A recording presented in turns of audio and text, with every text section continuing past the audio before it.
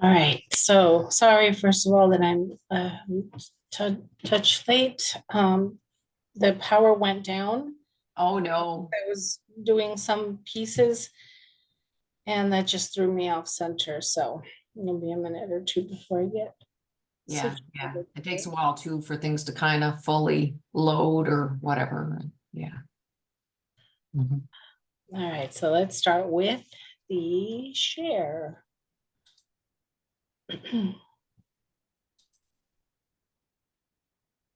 Share. I'm going to do this one. And we will comment because we're already late. So, yay, we're back. Oh, Yeah. so how did you do this week with everything in terms of Virgo? I thought I did quite a bit of Virgo this week because like sometimes I find I'm thinking like, more, but for some reason for Virgo, I was like, oh yeah. And I was pretty like into it, like the purification thing. I was like, I've been wanting to use the sage for a while because I had used it and then I had put it aside. And then when you said it, I said, oh yeah, what a great idea. So I went and I did that. And then it's springtime, so there's spring cleaning. So I had done a bit of outside work of clearing like a brush and that, which is a lot of labor and stuff. And so I thought I was really in the whole Virgo thing. Like I thought that one, I was feeling that one, right? So I was feeling pretty productive and pretty busy overall. And so it was a good week.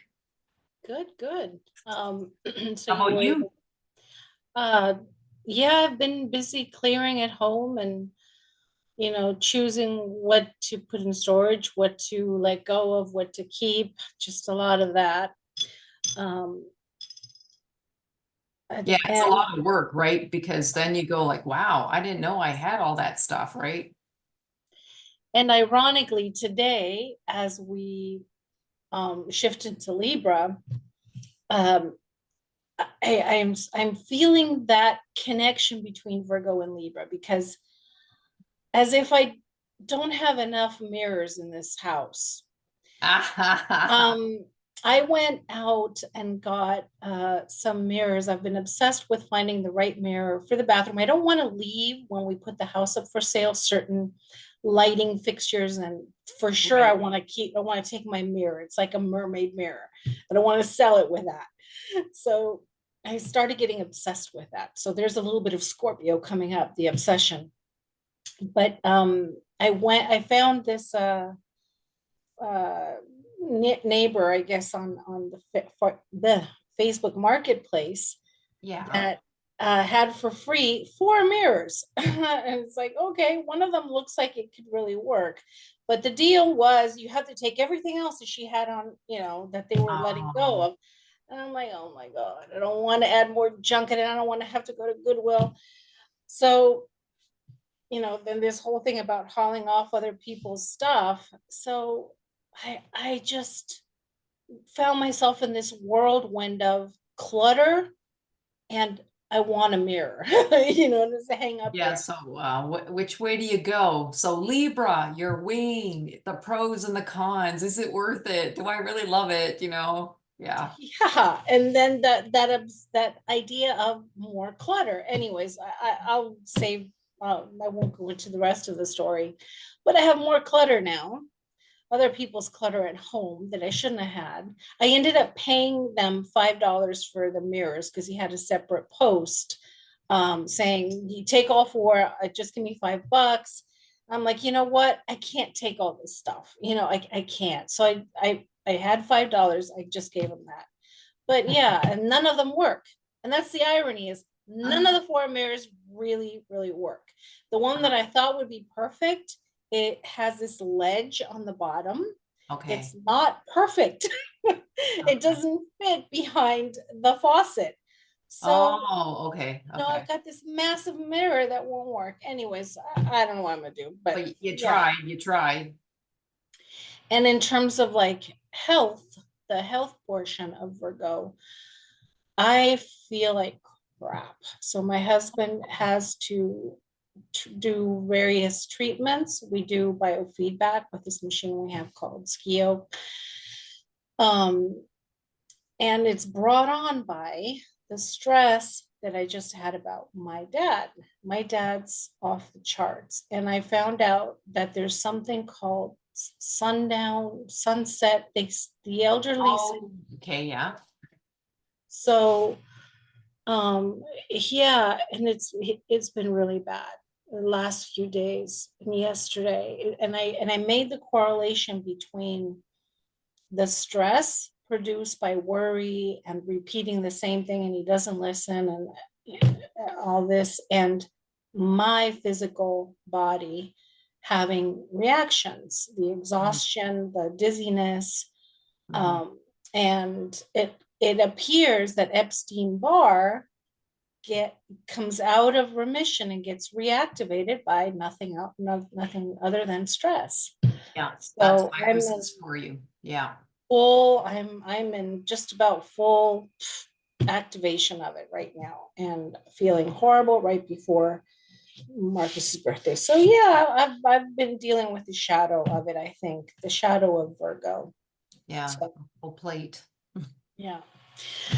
And I should check to see if there's any message. Let me just quickly check if I didn't get a chance. I don't see any texts. And nope. All right, well, hopefully she'll get here, and if not, there's a recording. Oh yeah, the intestines. Man, it's been a doozy. It's been a doozy for me personally. Are you somebody that's reactive to what you eat, and you have to watch what you eat? Yep. And I ate yesterday, and I stress ate again today, and that just compounded. Definitely. All right. So I want to get out of Virgo. Yeah. I have a lot of Virgo, so I kind of know what you mean. Like, there's things that it's sort of like a nervous energy I find with Virgo for my experience of it, like that I find I have to be more aware of and stuff, and not let it run amok, like type thing, so that I'm not a pack of nerves or whatever. So yeah, absolutely. The nervous system. Oh my gosh. Just the worry, like the tendency to worry that I didn't even realize I was doing, but I guess I have it natural. I'm trying to say natural. Is that the right description? But yeah, there's things that if you live in that state all the time, you don't even, like, I don't even, realize. But now that I'm getting older, I'm a little more like, okay, to pay attention and notice, but yeah. Yeah, and I think that's why it's so important to notice how the one sign feeds into the next. So this nervous quality of Virgo, to me, gets helped by Libra when we go into having a Buddha mind. Take all the monkey mind of Virgo and the Virgonian Mercury effect of the crazy constant in the head, and then that produces the nervous system craziness. So it's like we pull back and we're like, okay, hold on. In Libra, I'm just going to settle in and become the observer of my own thoughts, and then hopefully reach peace of mind. And I wanted to get the charts in front of me.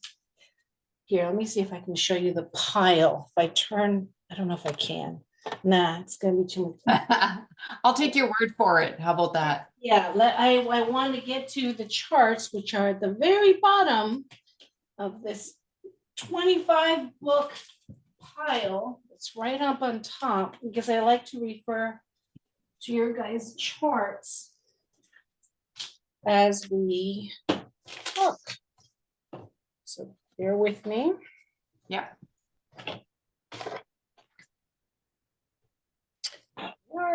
And yeah. Right. So, right. So you have the 3 planets, Jupiter, Pluto, and Uranus. I have Pluto and Uranus. Oh, and then the other thing was that you and I, being sun sign Pisces, have our Earth in Virgo. So that adds yet a whole other layer there. So yeah, totally excited to get out of this one for a little bit. Why am I not able to see? Are you on your screen? Do you see the bottom of this slide? There's a quote there and I can't read it. Well, I see first half archetypes 1 through 6, but I'm just gonna play around with my view because sometimes that changes it. Oh, you know what? I think, oh, I got it. It was because I had the mouse in the wrong place. Deal Okay, yeah, primarily with the unfolding of the individual. I Okay, can so see it now. I can see it. Yeah. Mhm. awesome. Perfect, perfect. So the idea now is that we've reached the midpoint. And that alone gives us an indication of the opportunity that we have in considering Libra and the seventh house and Venus in her role as Libra ruler. That gives us a sense of, okay, you know, like we just said, I get to pull back now. I get to observe my journey so far in the first half and make new decisions if necessary in the second half. You know, it's my conscious, my subconscious. It's like this line that is drawn in the sand, and we can literally make new decisions. So it's questioning, what am I going to do with all the information, with all the experiences that I've had, or parts of myself that are Aries through Virgo, and how can I raise the bar? How can I utilize all those aspects of my, as a gunshot? How can I utilize all those the first half of energies and archetypal qualities in my consciousness in a way now that I can walk my path Libra through Pisces in a more conscientious manner. So I find that that's particularly true if we work with the transits, like with the solar year or the lunar cycle. It's like, okay, Aries is the beginning of the zodiacal year, not just, you know, number one in our own psyche and charts. So if you were to be working with transits, it's like noticing the sun and the moon as it unfolds in your chart, Aries through Virgo. And now that it's at Libra, where are we in the cycle? We just started Gemini, of course. But I'm sorry, I'm confusing my moon coaching here with just the general archetypal qualities of the entire zodiac. But, and my mind itself is, give me a second, because it Yeah, really that's is. fine. I know you've been really busy too, so. It's not even, it's busyness is my life. I don't mind that, but but my head, it just, the vertigo, it's so deep. Oh man, I hate it. Yeah, take the time you need. It just feels like my brain is splintered into pieces.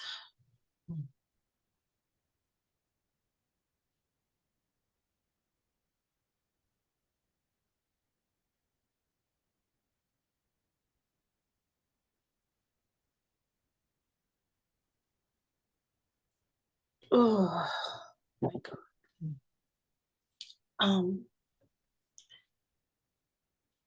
So let's see if I can get back into the swing here. So what I have on here is that the first half, we are learning about ourselves. It's a more personal journey. It's a more inner experience in answering the primal question, who am I? Which of course we started off with in Aries. And now as we hit the midpoint in Libra, we shift into the external or the objective aspect of life. We see the world externally as opposed to experiencing 1 through 6 more internally.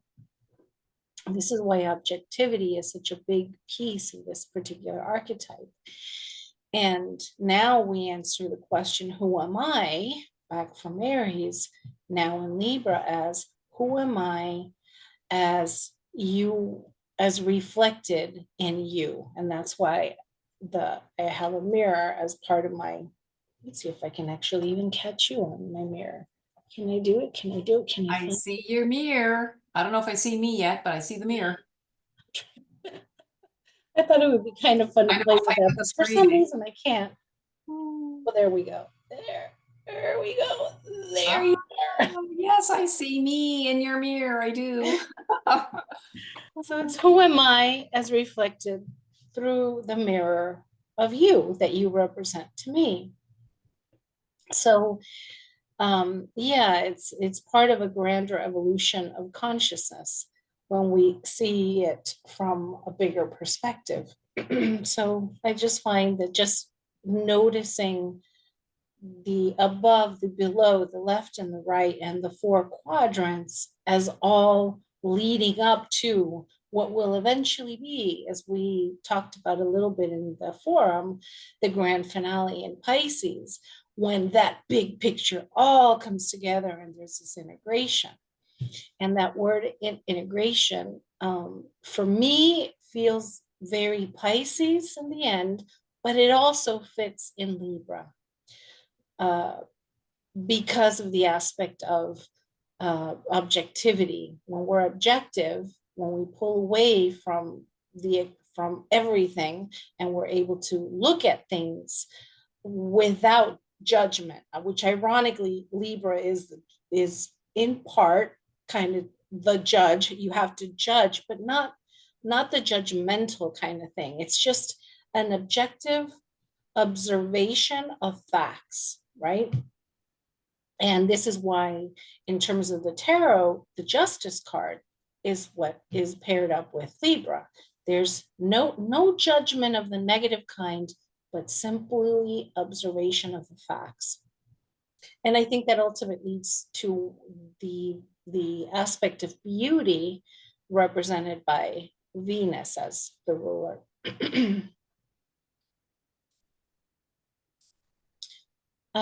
So of course we'll look at, but I actually saved this at the end so that I can get through all the slides and hopefully finish on time. Sure. But yet, as we go along, just for the sake of the recording, even though I know you guys know all this in your own charts.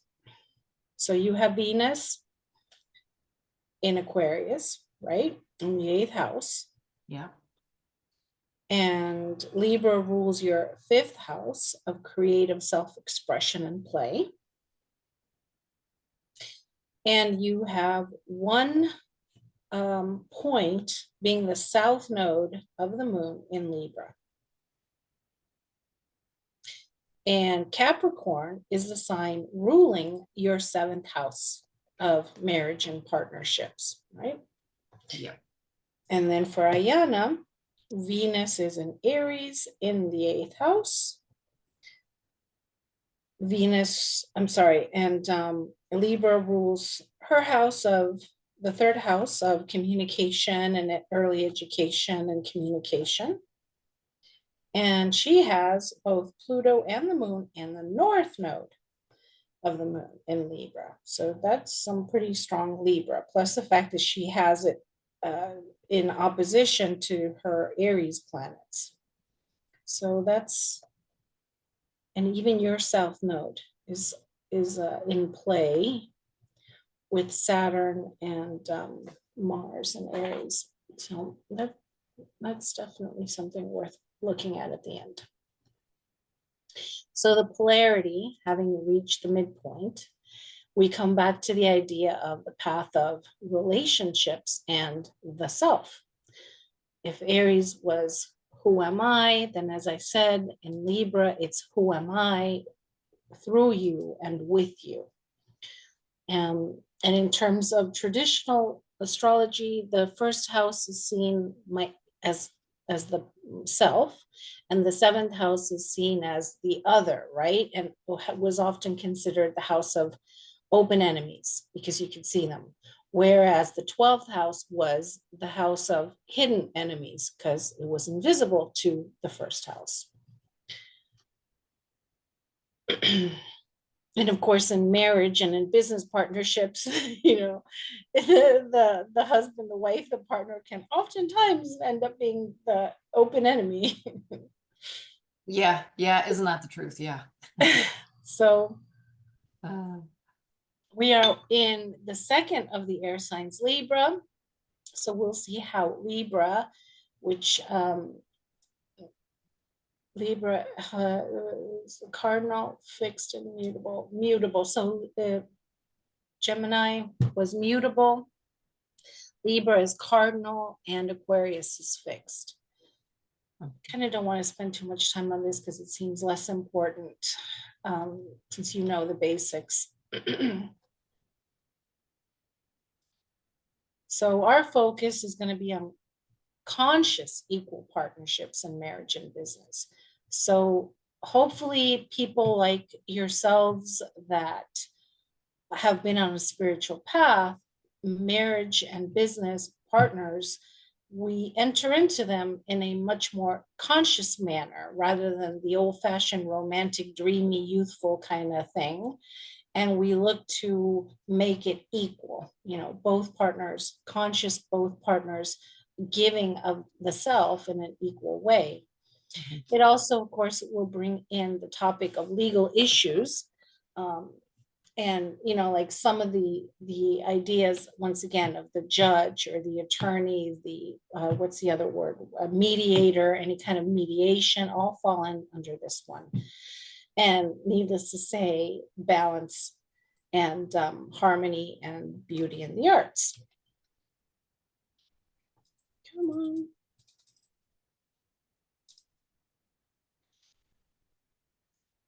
I don't remember if one of the first or second class may have been the first introductory freebie.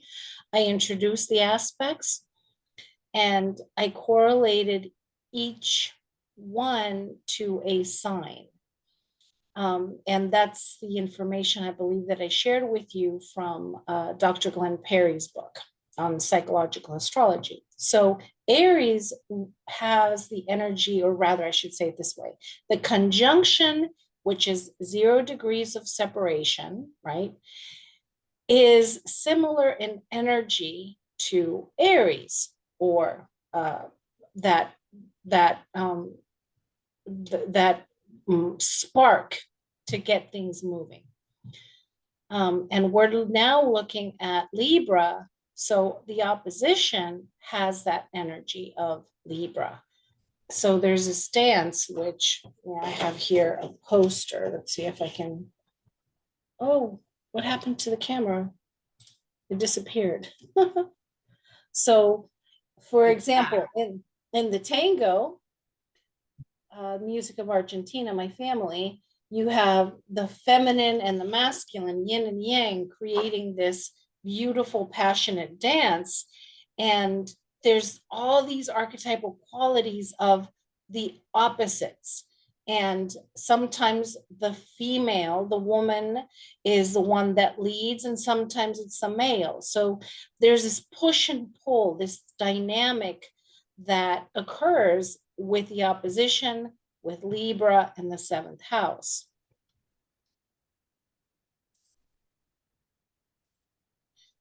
So there's the first line, you know, there's the division that is created as a result of this opposite dynamic. And the oppositions, of course, are all of the, what drives all of the polarities that we have been talking about. So here we have the Libra in the 7th house pertain to West, the autumn, 6 p.m. sunset, and it's what we call the descendant, as the sun sets upon that horizon point. So if you were to tap into this, energetically speaking, once again, there's more that maybe you can understand about yourself through looking at the fact that, okay, I've got Capricorn, you know, what does that mean? And Ayana has Aquarius, so what does that mean? just explorations. I'm not telling you what it means. I'm just saying these are points that would be interesting to explore. Even if you, if, I don't know, like experientially go out at sunset and tap into that Capricornian energy for you. Does it reveal anything to you in terms of your relationships, your relationship dynamics? So just putting together one and one together to see what you discover about that. The element, like we said, is air, and we already discussed that, so I'm going to continue forward here.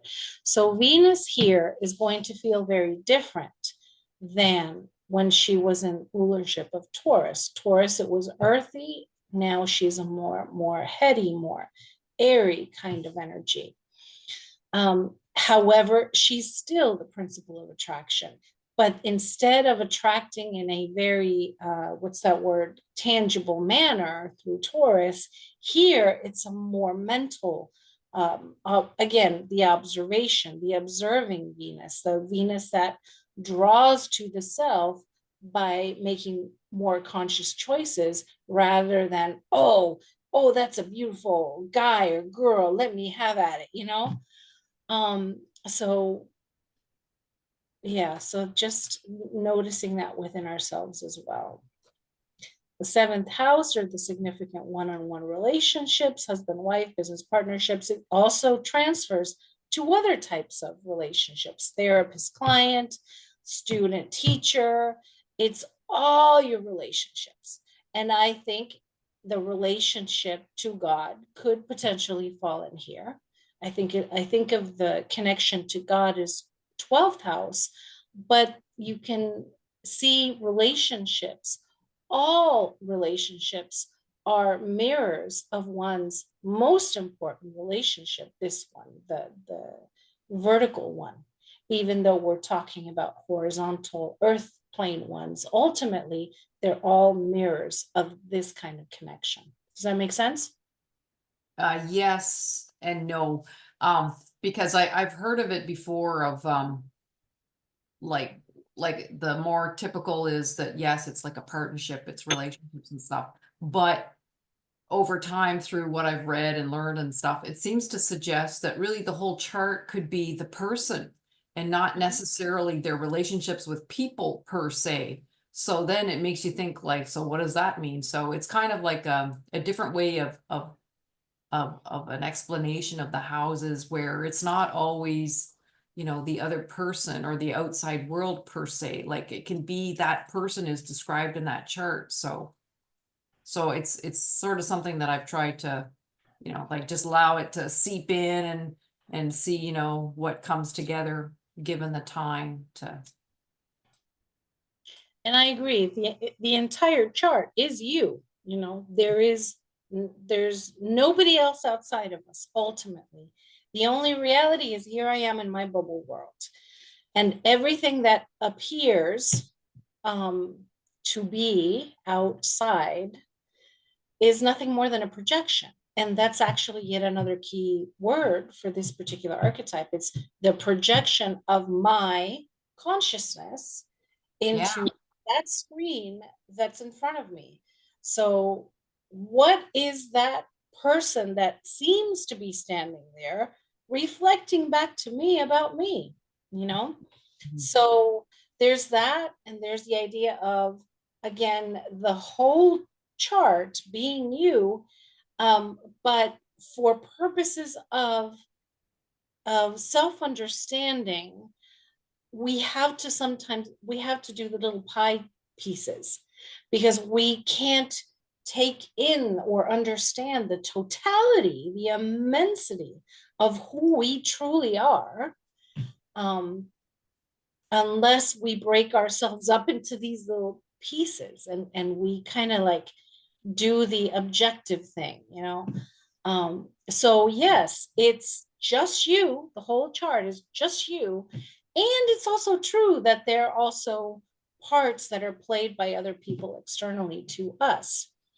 And the beauty of something like astrodrama or psychodrama is that, and I think I've mentioned this to you guys before, is if you are lucky enough to have a group that you can do this in person and have somebody play your moon sign, your sun sign, your whatever sign, right?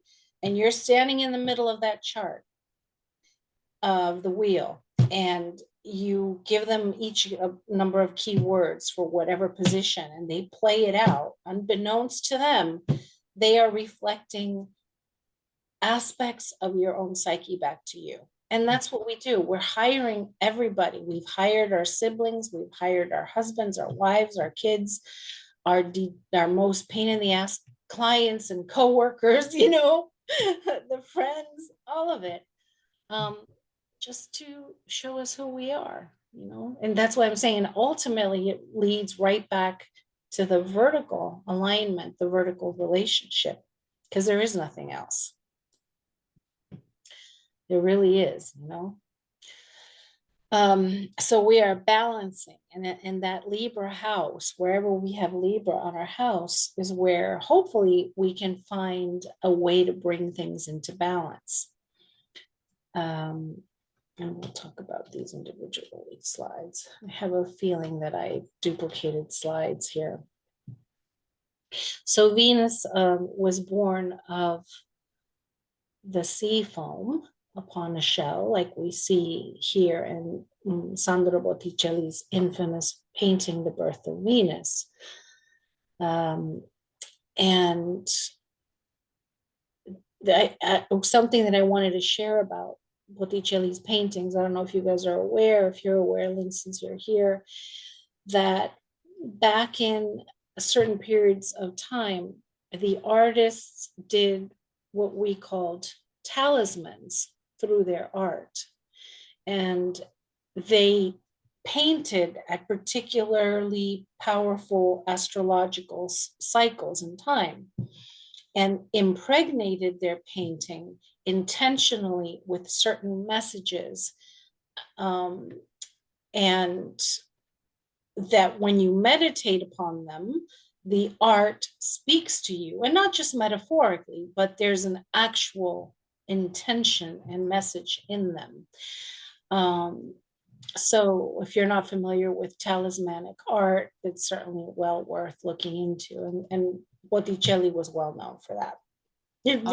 That's very cool, actually, but I've never heard of that, but that's very cool though. Did you ever see the movie Da Vinci Code or read the book? I did.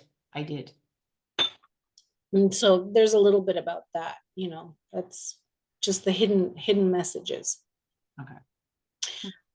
Alternative myths that are worth looking into are Pallas Athena.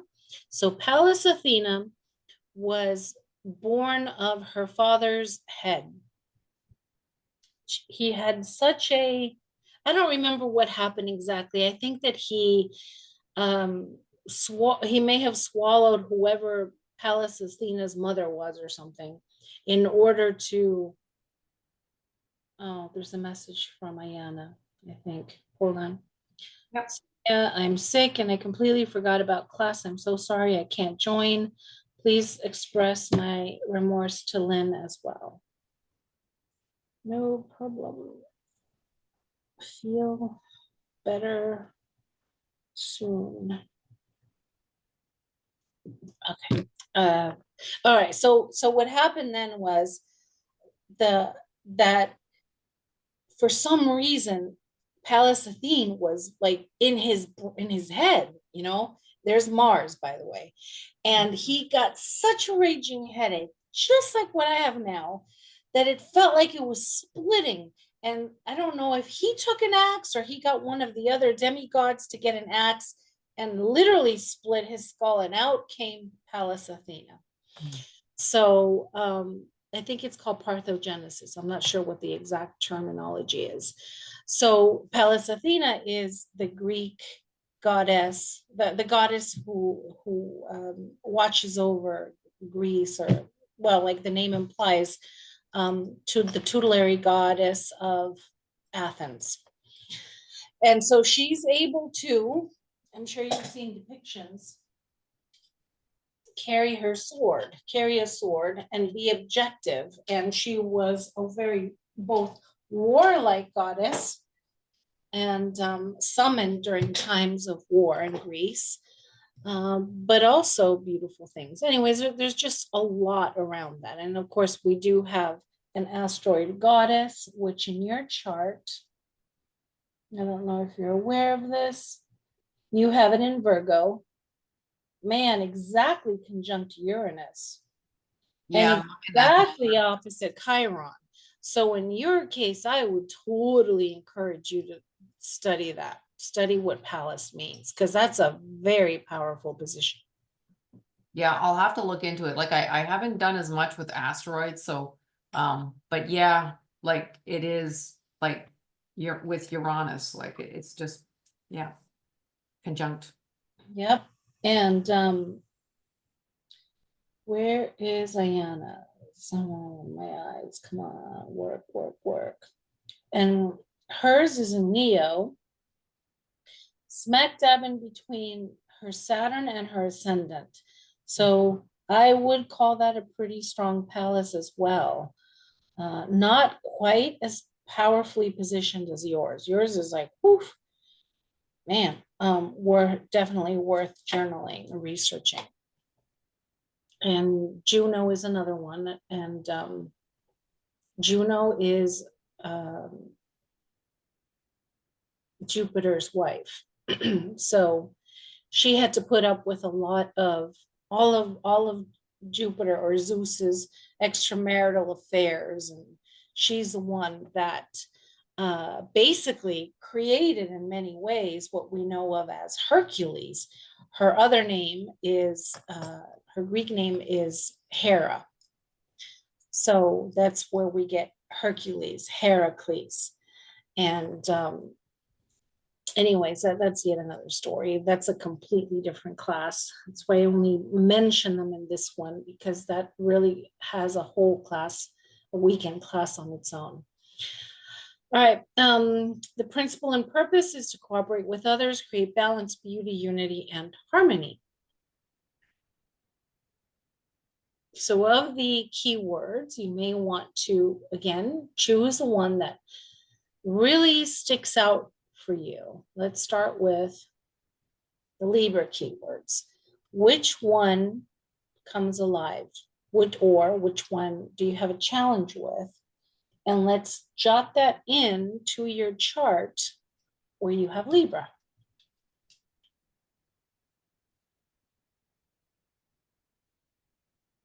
Your fifth house.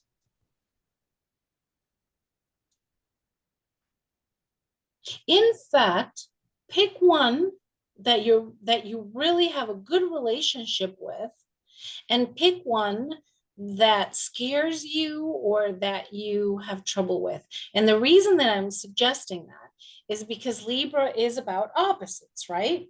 So, excuse me. So maybe we do a dance this week with the two key words, one plus, one negative. Well, I know right now I'm thinking the one that I think that I really feel is a strong thing for me is sharing, like as in a positive, to share, or the enjoyment of sharing, and liking the looking for the opportunity to share and so on. Like I think that that's kind of like a positive wanting to share. The negative would be the I'm thinking cooperation, where usually for me it's maybe doing it too much, right? Did I just get myself off? No, I see you. You're there. I'm looking because I hit part of the screen, so that I'm like, I don't know where it went, but I know it's there somewhere. You're there. You're there. Okay, that's Um, good. okay, so cooperation because you're saying cooperation in the negative because you do too much. Yeah. So what would be, well, that's is that codependence? I mean, No. it could be, but like it makes me think of cooperation, like so wanting to please, Mm-hmm. or cooperating so that something could move forward sometimes, or cooperating because, oh, it's easier for me to take the hit than the other guy, like some, like kind of like in that, like if it, in the negative sense, like cooperation is good because then you can work and get things done and be productive. But if I overdo it, just cooperate so that there's peace, or cooperate so that things move forward, or cooperate so, in those ways. So it sounds to me like how you bring that into balance, I could be wrong, this is just an idea, would be for you to step back and allow the other person to play their role rather than you have to take on everybody else's role. That's very good advice, actually. And I try to practice it, actually, because I know, like, it's about kind of like slowing it down and saying, like, not do everything, so that if the phone's ringing, I'll just let it ring and I'll let somebody else go pick it up, type thing. Like, so what you say, I find I've kind of learned that over the years. Yeah, that's very good advice.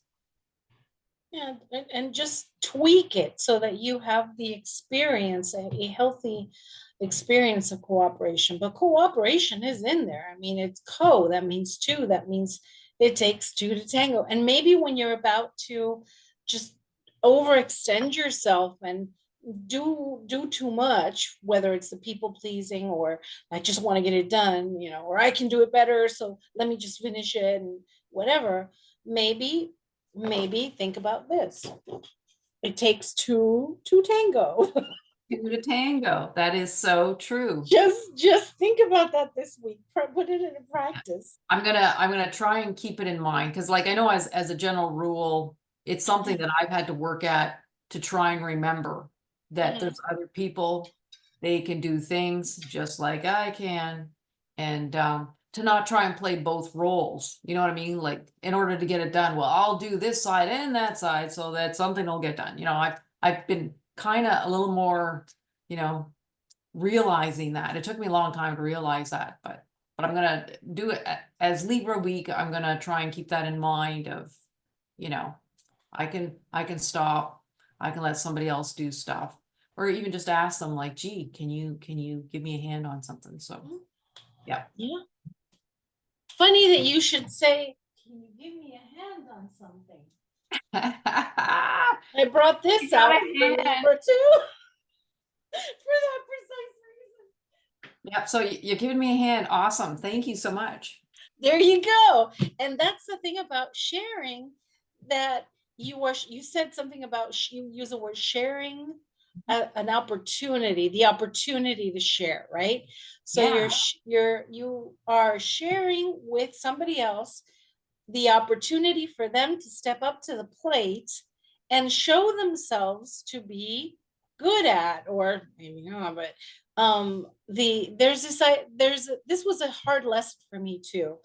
Back in the day, I was so anxious to be a part of the astrology, the professional astrology group in Miami, that I volunteered to be the, of all things, the bookkeeper. Ooh. Yeah, the accountant, the whatever. When I am the furthest thing from being a good money manager, I suck. Well, I really did suck. And so what I realized was that I wanted to prove myself worthy. I wanted to be a part of it, so people pleasing, whatever. But I realized one day I was walking through Coconut Grove, and it's like, wait a minute, by me doing something that I'm not good at, I not only cheated myself out of the opportunity to do something what I am good at, which would have been social kind of thing, because I love to set up rooms and whatnot. But I actually cheated somebody else who could have really been good at that role, of the opportunity to step up. So that was a huge lesson for me, you know, and painful, very, very painful. But so just that you were actually allowing somebody the opportunity to learn something about themselves, to show up. You know, you're good at it, whatever it is, right? So, and there's also something there about control. There's also something about control. Okay, and that makes sense, because if the South Node is in Libra, yeah, there is a tendency to codependency. There potentially is. I mean, maybe not now, because now that you're older and wiser, you've probably brought that into balance. But in your youth, did you in fact have a little bit of trouble overextending yourself, you doing much more than you should have in order to keep the peace, that kind of a thing? Oh yeah, for sure, for sure. I did it for very, very long, and so as I've gotten older, you know, you kind of become aware of it, and then it's to make the changes, and then to pay attention, and then I find there's that need to fight. So maybe North Node Aries and you know Saturn and Mars and Aries, of like there's almost a need to fight to say me too. You know, instead of saying, oh, I'll do it and do all the parts, let's say, for example, then it's almost like sometimes as you transition, people are like, what are you doing? You know, because they're used to having it easy in the sense of, oh, that's okay, she's gonna do it, or oh, that's okay, you know, like that's okay, you know, like as in, okay, Lynn's gonna do X, Y, and Z or whatever. So when you start transitioning, you kind of ruffle feathers a bit because you say, no, I'm not gonna do that. You know, you can do it, or or in some cases just saying I outright refuse. I refuse to do that or whatever. So I'm more in that, and so it's a newer skill. Like I'm not always really good at it, but much better. At least I'm a little more aware, you know. So it comes up. Great. Okay, so we've got your two that you're going to work on. And once again, Ayana, when you hear this, you pick your two and you let us know, and we'll witness that as well. And same with the Venus keywords. Some of them, of course, overlap. And remember that you're going to experience your Venus through the Libra lens this time, as different from when you explored her through the Taurian lens. So let's see, what do we have here? I don't remember if we did this when we did Taurus. I know I had you guys pick a goddess or something. Maybe we didn't. No, that was for the moon. But if you want to have fun with it and explore again differently, try to feel Venus in your consciousness or in your body. How is it different for you if you're doing it earthy versus airy? So I don't know if there's a word again or a situation or something where you can apply the different types of Venuses. Does that make sense? Yes. Yeah, I'm just trying to think. I think because I don't know if it's right to say the arts, as in I kind of miss drawing and coloring and stuff, right? So I feel like I'm kind of into that. Oh, it's kind of nice it's very relaxing to just try and draw the different circles and so on, to do the geometry or whatever. And it's very relaxing. Mm-hmm. I, Go ahead. I was going to say beauty, I find it's hard to describe beauty, because beauty to me is like love, it's like truth. Mm. And it's a very big thing, beauty. Like beauty has so many facets to it, right? Yeah, and it's personal to each one of us. So maybe explore what beauty is to you, through through when you view it through the fifth house lens. And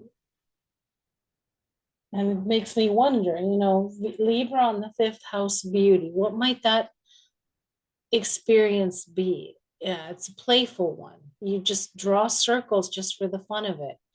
And you make them beauty. That is beauty, or something childlike, or it could be purely romantic. I mean, who knows?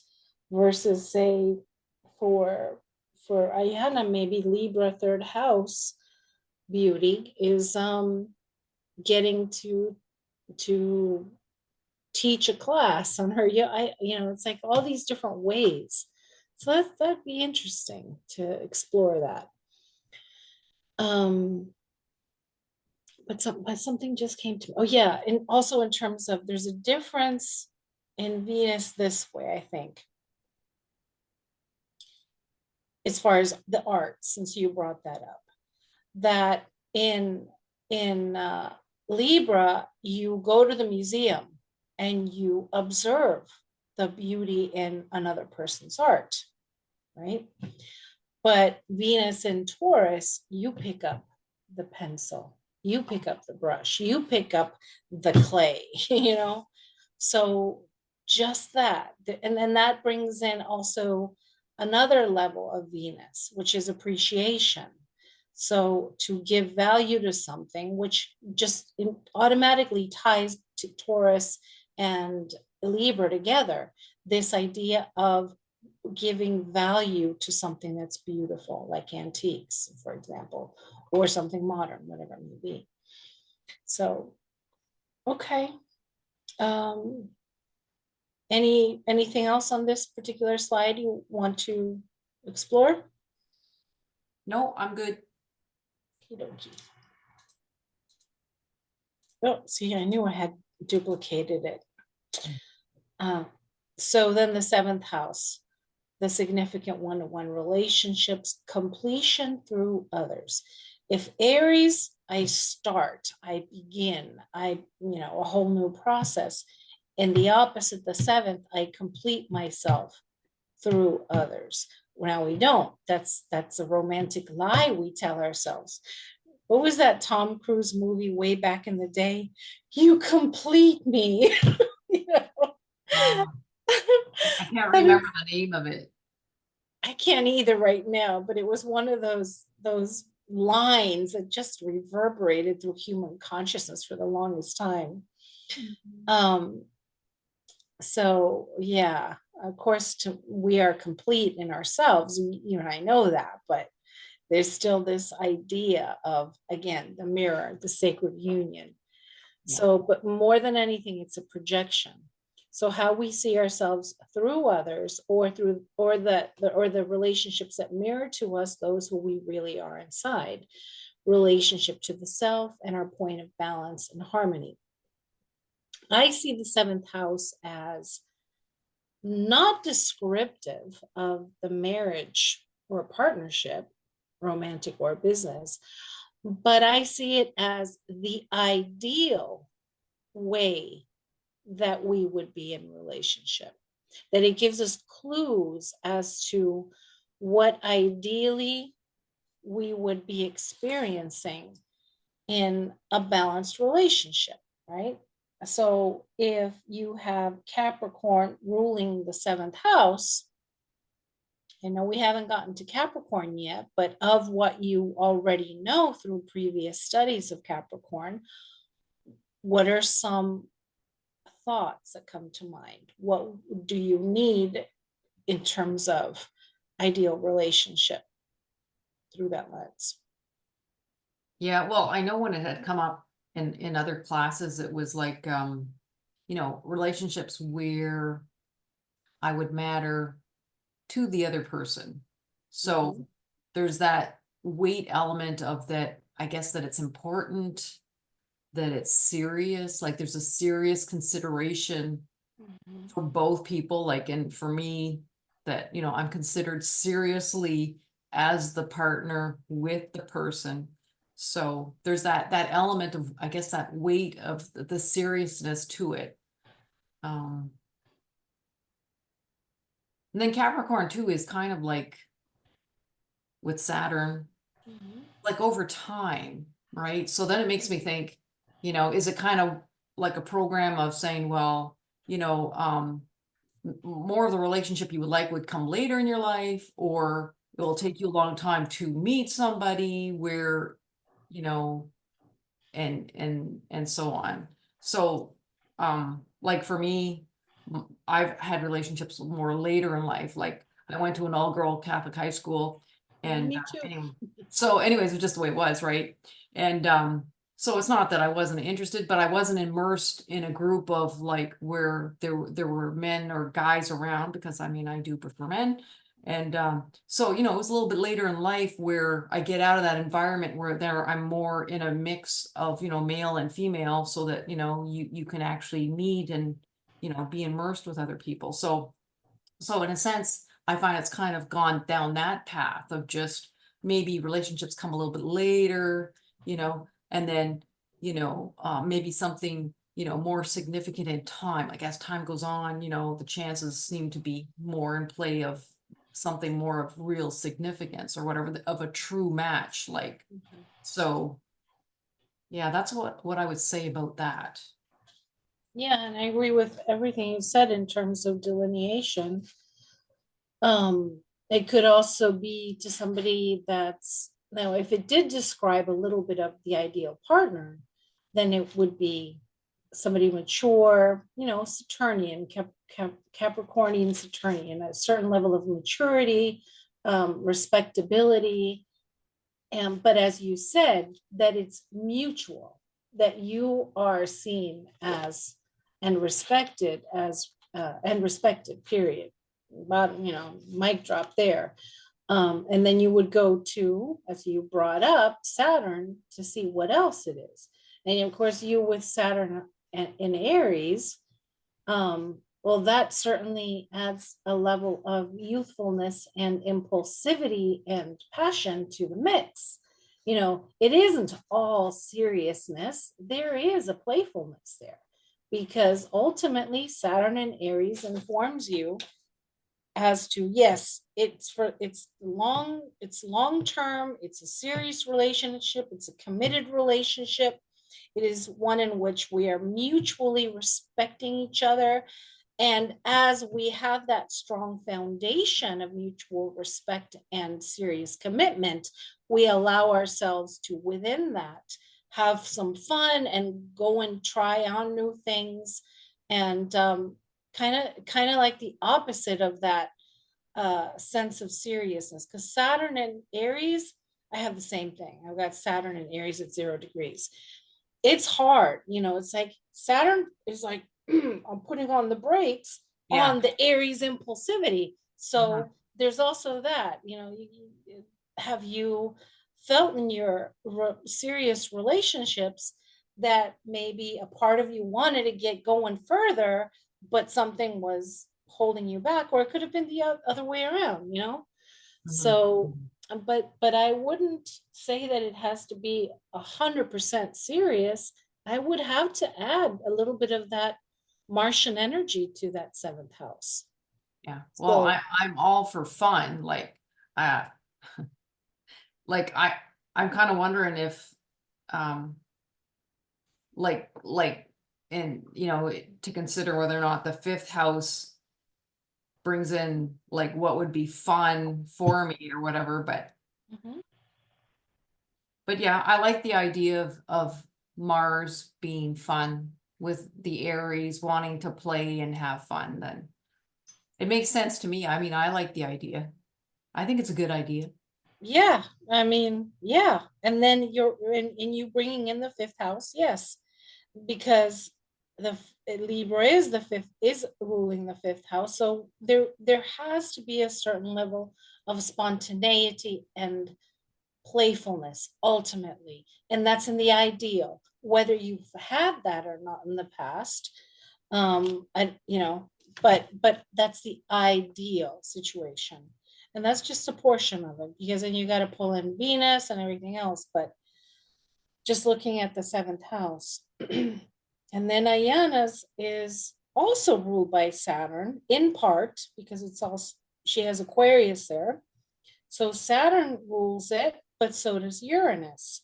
So for her, the ideal relationship would be definitely one of freedom and kind of the opposite of what yours is. You know, there's a seriousness of the Capricorn for you, but Aquarius for her, it just seems like there needs to be, you know, give me my space.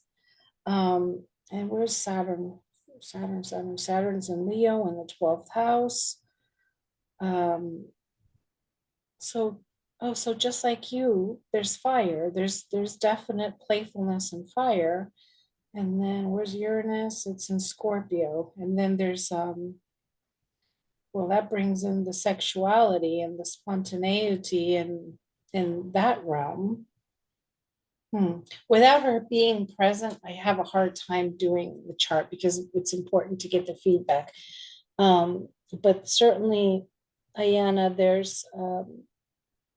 there's a definite need for a relationship in which you are allowed to explore your deeper sexual self in combination with that spiritual connection. And I don't know why, but there's a definite connection to the father there. Now that could be the father of her children. I don't know. Anyways, so if you want to contact us, speaking of sex, here's a great picture. Yeah, they're a little bit hot looking, eh? Yep. So I love this quote from Carl Jung.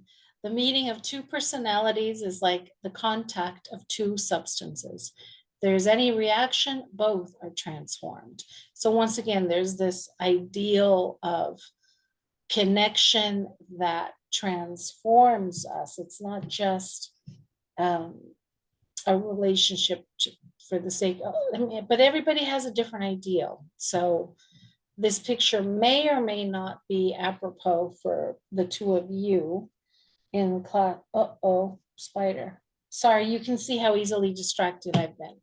That's okay. That's okay. Anyways, and this actually ends up leading into the next sign, Scorpio, right? Yeah. We already did this. I'll skip that.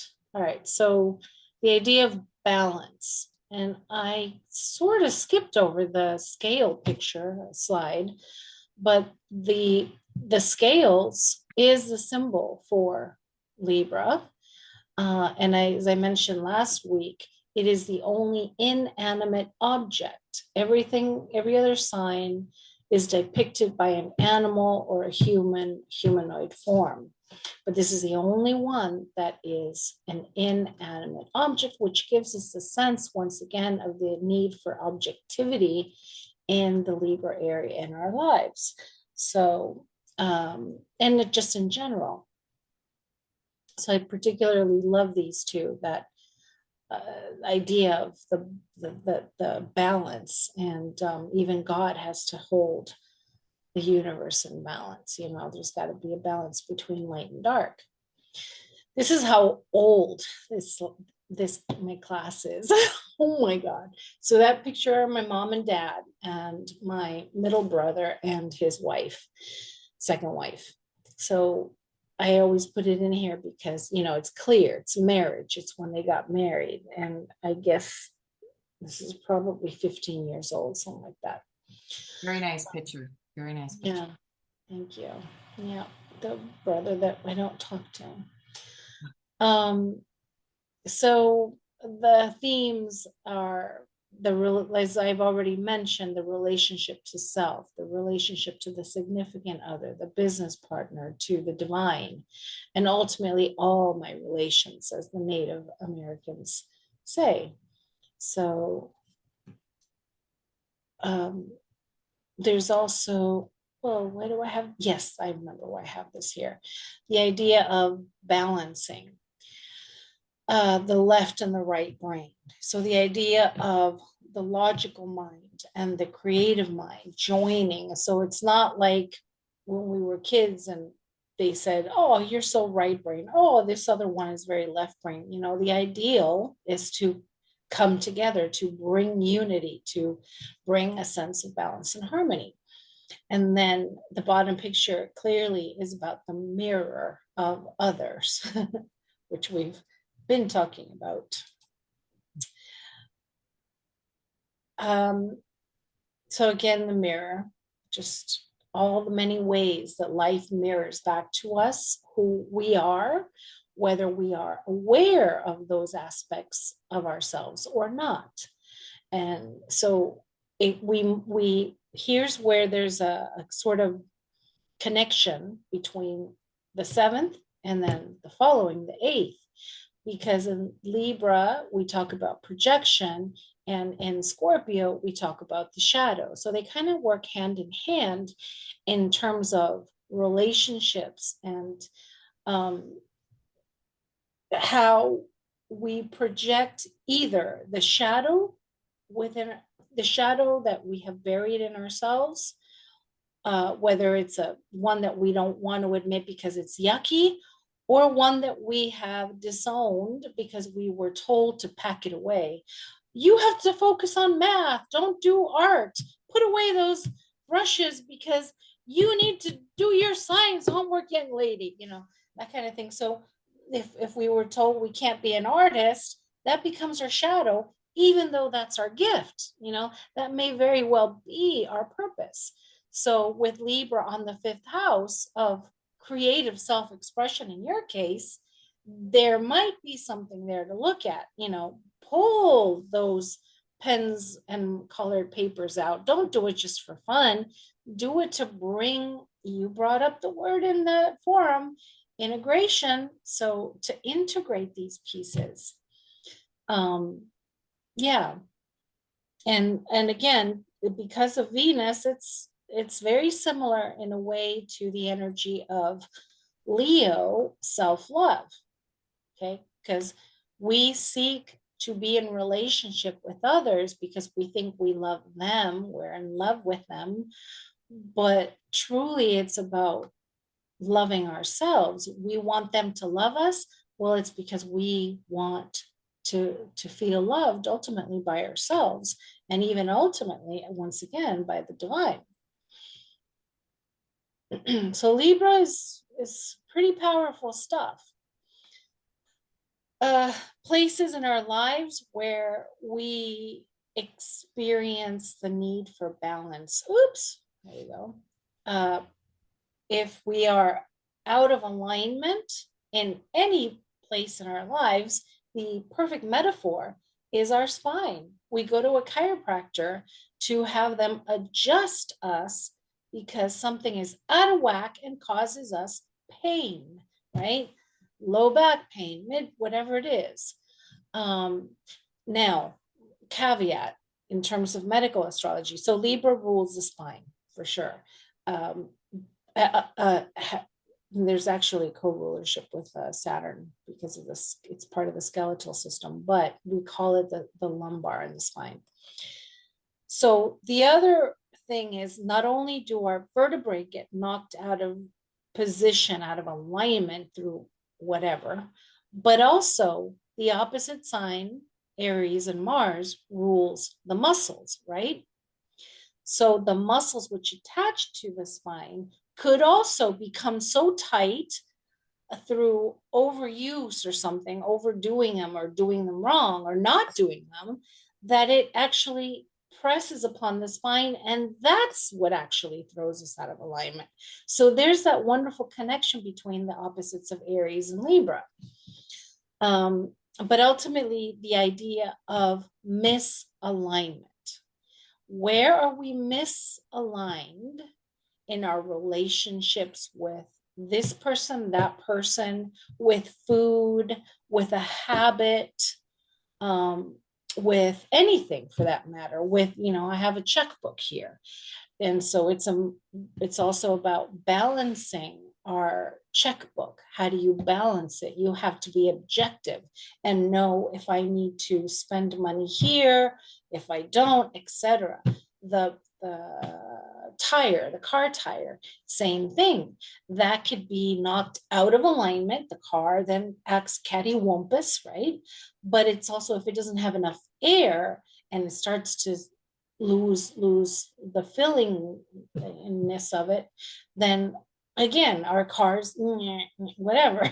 So same thing with food and everything else. So just the idea of this week spending time in active contemplation of where we are out of alignment, unbalanced, and that we need to check why that is. And it may or may not lead us back to the Libra area in our lives, but certainly the Libra sector can help us maybe understand the misalignments. Oh, I don't want to have that in there twice. So once again, here are the scales. So what do you notice about the scales?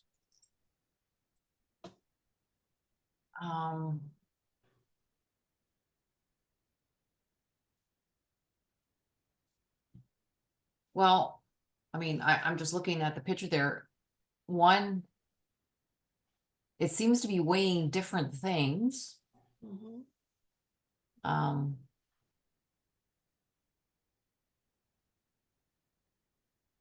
You got an opposite idea where you have, like on that one picture anyways, you got two winged creatures, one's white and one looks like gold. And even in the other picture, it looks like silver and gold. You got opposites. You got different things that you're trying to weigh. Okay. So what about putting things on the scale? So let's assume, like, close your eyes for a second and hold out your arms, right? You hold out your arms. Okay. As if you yourself are the scales. Okay. And so, like, drop something into your left hand. Where does your body go? Well, the weight of the item pushes down on my hand. Like I have to push up harder to hold my hand up. Okay, so just don't push. Just let your body drop as you imagine putting a gallon of milk in your left hand. Just let it go. Yeah, so the weight of it brings my hand down. Okay, so your whole body swings down to the left, right? If it's in your left hand. And now, so you notice then that you're misaligned, right? So now drop, if you have a gallon of milk in the left, let's put a big boulder on the other hand, like a boulder, a rock that may be, oh, I don't know, 3 foot in diameter. Then what happens when your body does this? So now my right hand is going to go down. So I'm adapting, I'm adjusting. Exactly. All right. So that's it. That's what, now you can open up your eyes and that's it. That's the answer. That's it. Is that we are constantly adjusting, adapting. That balance and harmony, which are the absolute number one key themes for this archetype, requires adjustment. And that brings in compromise, right? If we're talking about relationship, what's adjustment? It's compromise. Now, people say, oh, they're a Libra, sure, they keep the peace and they, whatever, and they're always balanced. Bullshit. I've known few Libras, and the thing is this, it's a constant play of adjusting the self. of adjusting. You can't make a decision unless you put them on the scale and see which one. So it's like, no, that's not true. They're famous for being indecisive and having a real hard time actually making a decision, you know? So in that sense, Libra kind of has a similar quality to Pisces in that, there's this, but I don't know. So Oh, I hear you on that one. I hear you. so just that is just noticing how this sign and this part of our psyche requires adjustment, constant adjustment. And very rarely will it be exactly equal, whether it's relationship, conscious equal relationship, or whether coming back to the two words that you picked, sharing and bettering your ability in cooperation, right? It's very rarely 100% equal.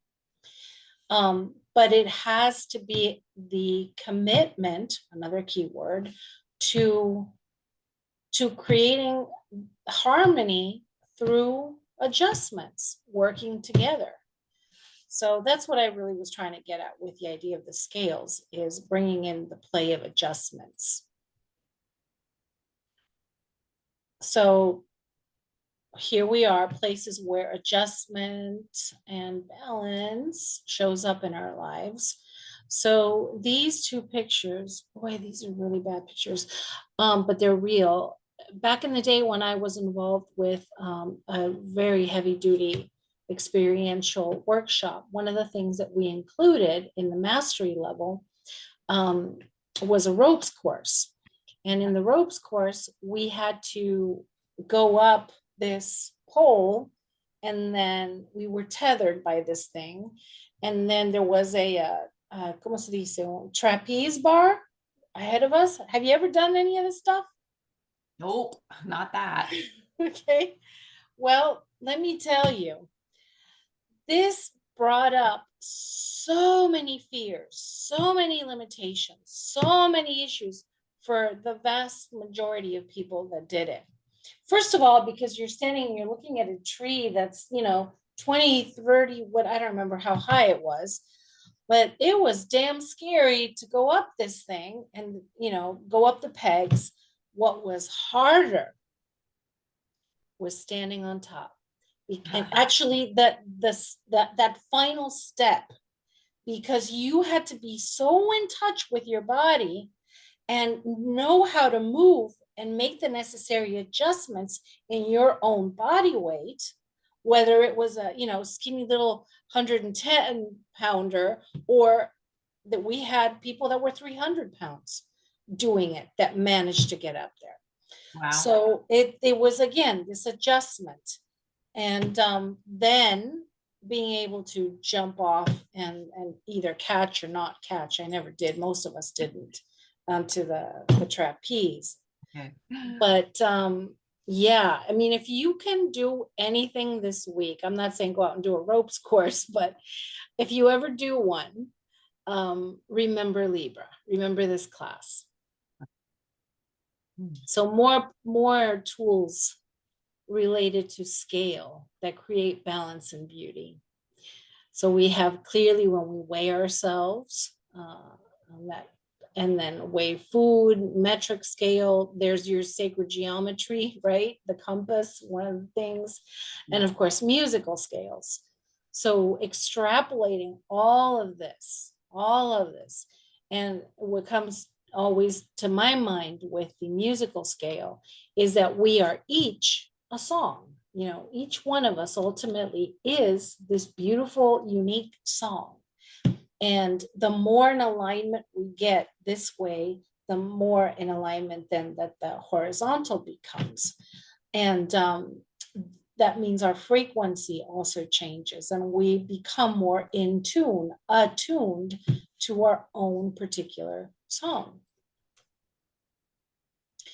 So you notice the opposite. So it's about reconciliation of opposites into a whole in order to establish harmony. So just more images of I got to update these because I don't know why they're so blurry. Are they blurry on your end? Well, they're not all blurry. Like the one in the top left corner is a little bit blurrier. Maybe the elephant, but then the other pictures seem to be clearer. I must have used a different program. I don't know back then, but I'll have to update. But you get the gist of it, right? It Yeah. should be pretty clear. Of course, the yin and yang is all about Libra, all the seventh house. Which one is this? Balance. Two-dimensional works of art, such as paintings, prints, and photographs, use the principle of balance to organize objects and shapes in a composition. This diagram shows how art elements balance around a center point, just as a seesaw balances. If the art elements do not balance, the visual scale will tip and give the viewer the sensation that parts of the composition are falling out of the picture. So again, just another something that we can extrapolate about our lives. Yeah. Well, here's tango, which is both beautiful and sensual. And, you know, there's a certain symmetry that even though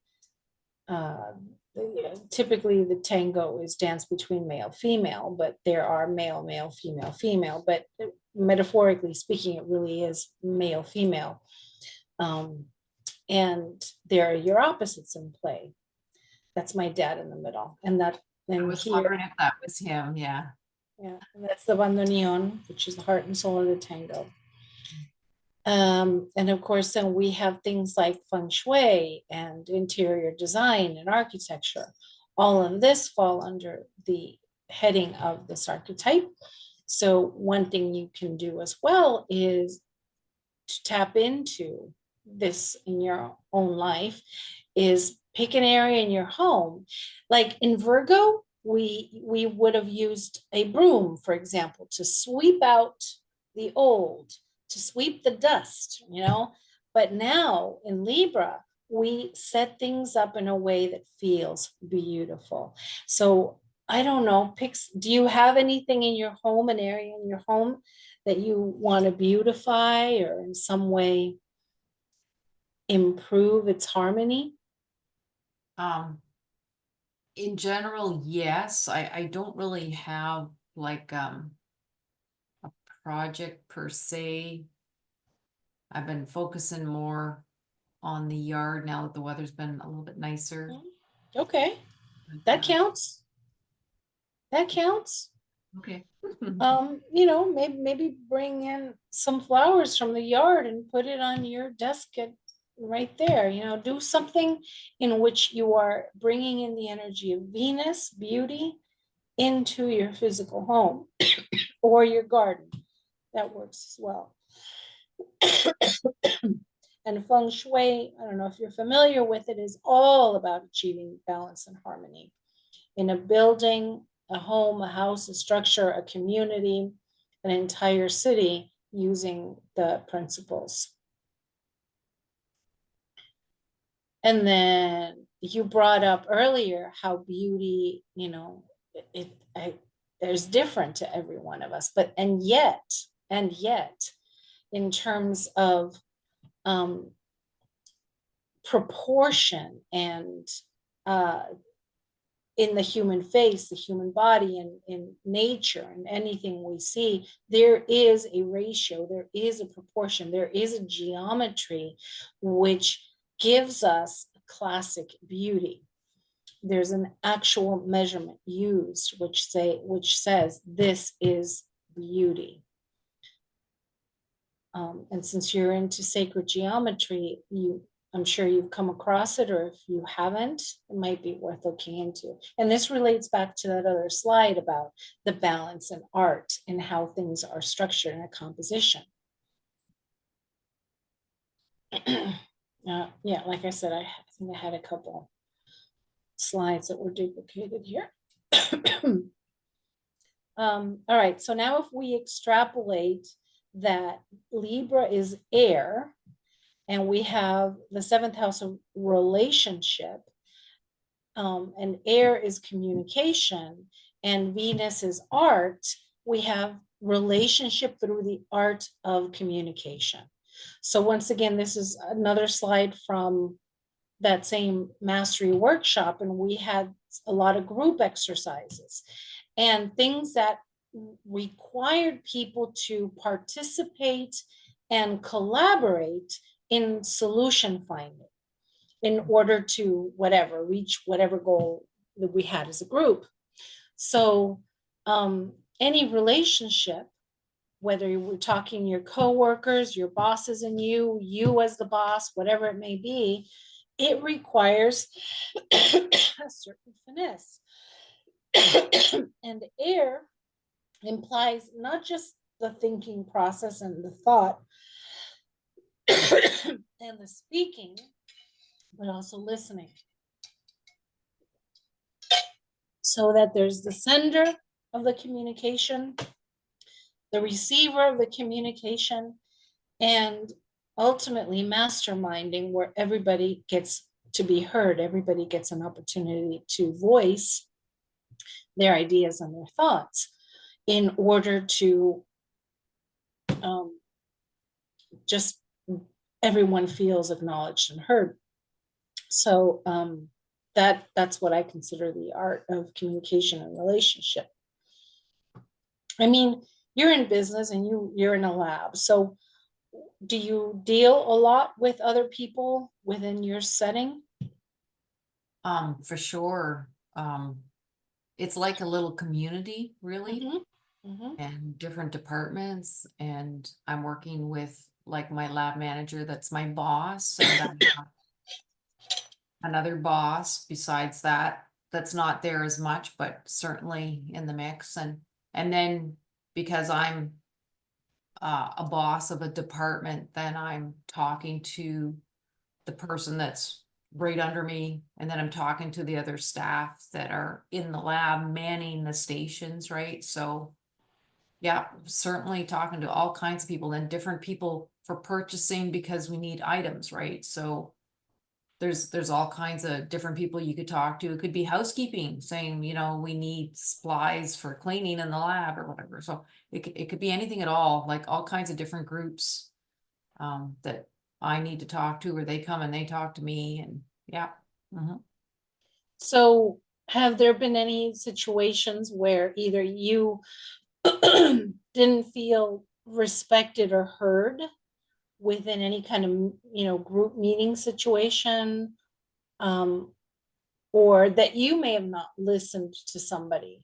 I'm also keeping in mind your 7th house Capricorn, by the way. Well, I'm trying to think there. Like for sure there's instances of both. Like I found in a meeting situation, it's usually been all right. Not really as many episodes. It's been more like on a one-to-one, like in the department, dealing with another department head as we were trying to do stuff. I remember, having some issues with that until I kind of learned that I can't play both parts, and I need them to do part of whatever needs to be done. So yeah, so yes and no, both, where it's worked out fine. Then other times where I've had to learn more of, I have to kind of draw that line. And yeah. Okay.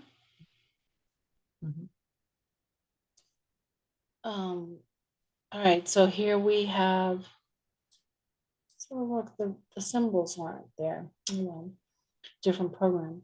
So some of the other ideas, as we see here from the Justice card and the scales, and this would be Pallas Athena in many ways, and for some reason she's not. That was an animation. The animations aren't working in this program. Anyways, critical thinking. What's necessary for critical thinking? It's to be unbiased. Ethics need to play a part in it, and to be impartial. So these are all things that are missing in the vast majority of humanity, unfortunately, especially lately. But this is applicable to both personal one-on-one relationships with other people or business. And then the factors that go into weighing anything are cause and effect.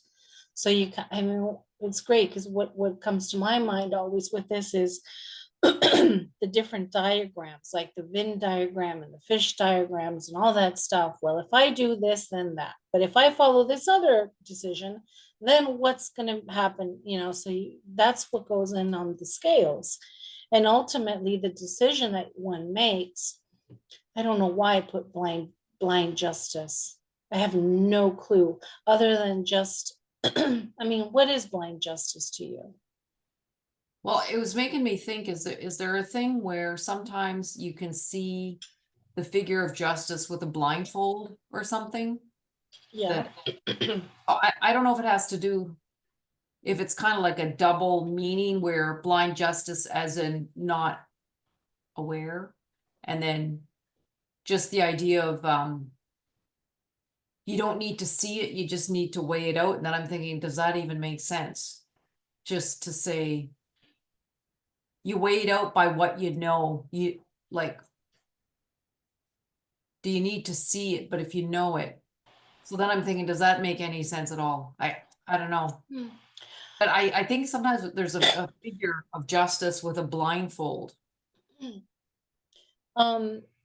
Yes. So with the blindfold, and I think that this is where I got that from, was to not judge with the physical eyes, but to use the higher critical thinking mind in order to weigh all factors, and that way be truly impartial, just in order to reach a particular conclusion or decision. So it's kind of like, again, what I said earlier about not the negative type of judgment, but the kind of objectivity that requires a higher mental capacity. Because most people just jump to the gun and will judge you for blah, blah, blah, without really thinking, without true thinking. And so I think that's where that came from. But yeah, that makes sense though. Like it makes me think of like to not judge superficially. Like how things look may not really be the truth of the matter or how it really is. So yeah, that makes sense. Yeah. And sometimes, like in the court of law, attorneys are notorious for presenting not the facts, but the evidence in such a way that'll skew and skew the interpretation of that and can manipulate emotionally the jury, And so it's about, no, let's not be manipulated emotionally. So no matter what appears to be laid out, but let's look at the actual facts and use critical thinking skills in order to make that decision. So it really is about higher mind. Okay, so Ma'at, of course, the Egyptian deity of balance, and the idea of do you know the story of Ma'at, the myth of Ma'at? Not exactly, but I recognize the name. At least I can say I recognize the name. Yay. Egyptian, I'm like, I know that part, but as the story behind it, I'm not really sure. Okay, so very briefly, Ma'at has the scale, and when a person dies, the soul enters the underworld, and there are other figures involved that make this really interesting. But let's just talk about Ma'at. So the person's heart is placed on one side, and Ma'at has a special feather which she puts on the other side, on the other scale. And for you to be able to pass through and go into eternity, basically, your heart has to be light as Ma'at's feather. What does that mean? That, no heavy burdens, no guilt, no, all the burdens that we carry emotionally, light as a feather, light as Ma'at's feather. Like, so that's one really beautiful mythology, again. So yin and yang from another pantheon, the Chinese one, is everything is always in balance, achieving the balance by going round and round and round, light and dark, opposites. It's supposed to be animated. Same thing. So being neutral means the glass is neither half full nor half empty. It's in between. And then mothers and women in particular have this balancing act through all the different expectations. Again, I had this is the same thing that I already talked about. Oops. This is one of my favorite painters. He's from New Mexico, Frank Howell, I believe. And I love it because it has this idea of this ethereal quality to Venus, just this being, again, light as a feather, and nothing really weighing down on the Libra aspects of our consciousness, but just being emotionally detached enough that we can be an observer. And are you familiar with the Buddha story with Mara? Very similar I to. don't know that I am. I mean, I've heard of the Buddha, but I'm not sure about the Mara story. Okay. So at the moment of his enlightenment, leading right up, it goes hand in hand with the story of Jesus and the temptation by the devil, by Satan, who really is not the devil, but is the true interpretation, which you probably know is the opponent. Okay, so that's fascinating to me, is that the actual interpretation is the opponent. Anyway, so it's the same story. Buddha sitting under the Bodhi tree, having lived through and searched everywhere for the answers, wanting to relieve suffering, etc., etc. He finally gives up, sits under this beautiful tree, the Bodhi tree, closes his eyes. Oh, no, it doesn't close. No, first, so Mara is the equivalent of Satan, who throws all these different things at Gautama. And he sends him things that would elicit fear, like demons and monsters. Doesn't faze the Buddha.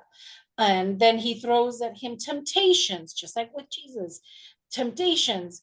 But instead of saying, like Jesus got, oh, I will give you all the riches in the world if you do this one demonstration of a miracle, whatever it was, I don't remember the exact thing. But with Buddha, it was like, in all these beautiful women and all these demons. And Buddha's like, they're all illusions. Nothing's real. It ain't there, and it doesn't matter. I will not be go into fear, nor will I be tempted. And he puts his, I remember which hand, down to the earth, closes his eyes to the outer reality, goes within, and in that moment, he becomes enlightened. So, which is the equivalent of Jesus becoming the Christ. So, this to me happens when we stop looking at, and you alluded to this, Lynn, when we were talking earlier, and you brought up, is the whole chart is the self, and not even the seventh house is not really the other, etc. We went into that conversation. Is there is nothing external. Ultimately, to me, as a Pisces with the Libra overlay, is there's nothing external. There's only one of us here, and we go within, we find that place of objectivity, and even within that objectivity, we're able to move into a greater alignment. This out here does not matter anymore. At a certain point, we become silent. That's why I brought the Buddha head to kind of, as one of my show and tell, to show the quiet stillness, because ultimately that scale, there is a moment that it becomes perfectly still and equal, but that requires such an intensity of devotion to that still small voice within where we're perfectly at peace, absolute perfect stillness, perfect peace, perfect stillness. um, and so this is that process for me. This particular painting. This is a Russian mystic, Roy Rick. If you're not familiar with him, but I love his artwork, and he's an esoteric painter back from, I don't remember, 1920s or something. So these are some of the questions that I put during the Libra lunar month or solar month, but we can use them this week and answer these questions. So you can write down the ones that speak to you the most. And once again, I'll put it up in the forum. But the idea of being observant about the condition all your relationships are in, and what can you personally do to bring yourself into greater harmony with them, or to bring greater harmony into the relationship. And can I attain equilibrium? How can I attain equilibrium in my thinking so that I am at peace no matter what shows up, just like in that painting of the Buddha and Mara? What might I do to channel beauty into my environment, into my life, into my relationships? Whatever beauty is to you, what can you do? How can you bring it into your experience this week? What is throwing me off balance in my life, and can I release it from my inner scales? So find an area in your life where you feel that something's off balance. And then the honoring of the sacred inner feminine, inner masculine. Consider what activities recenter you into that stillness that I just talked about. And integrity is a big one here. So am I in integrity with everyone and everything in my life?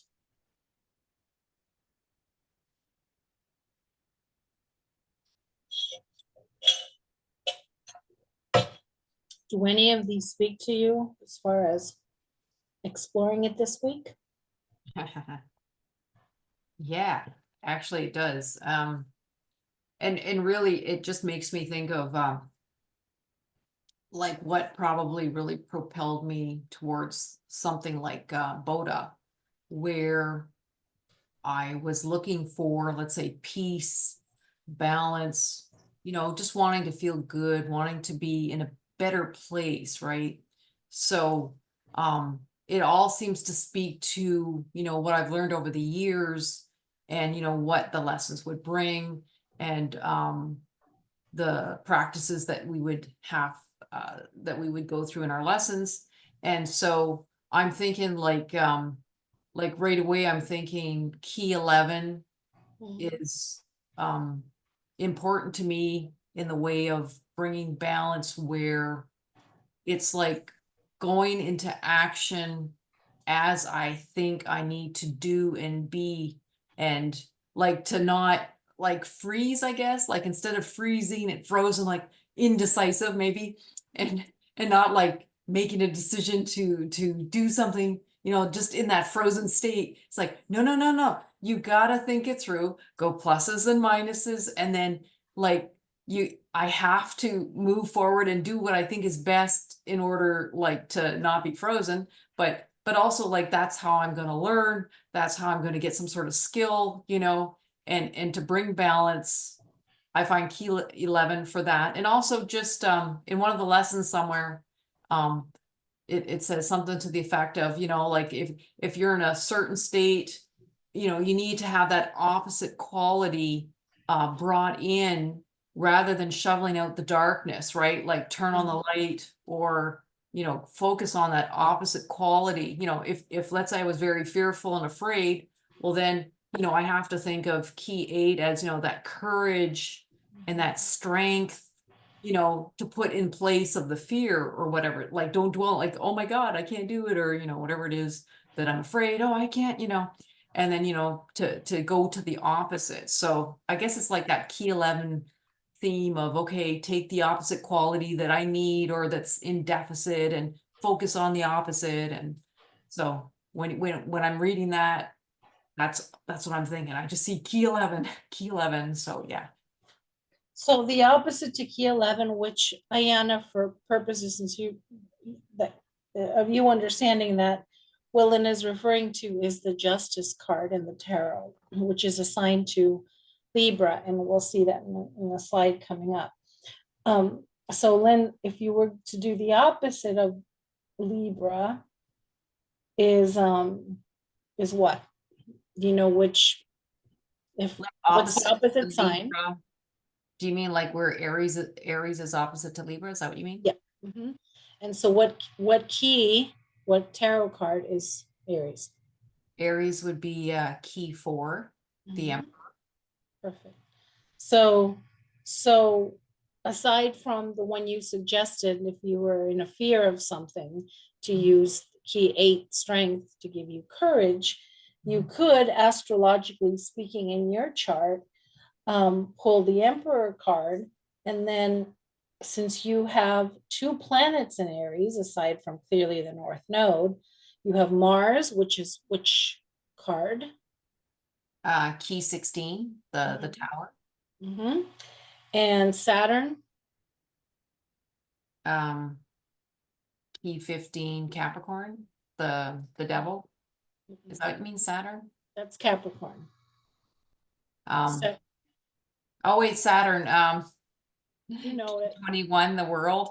Yeah, perfect. So that could be a fun way of exploring this too, is to put the Justice card on one end, right? And then on the other end, have the Emperor. And behind the Emperor, have the Tower and the World card. And of what you know, positive things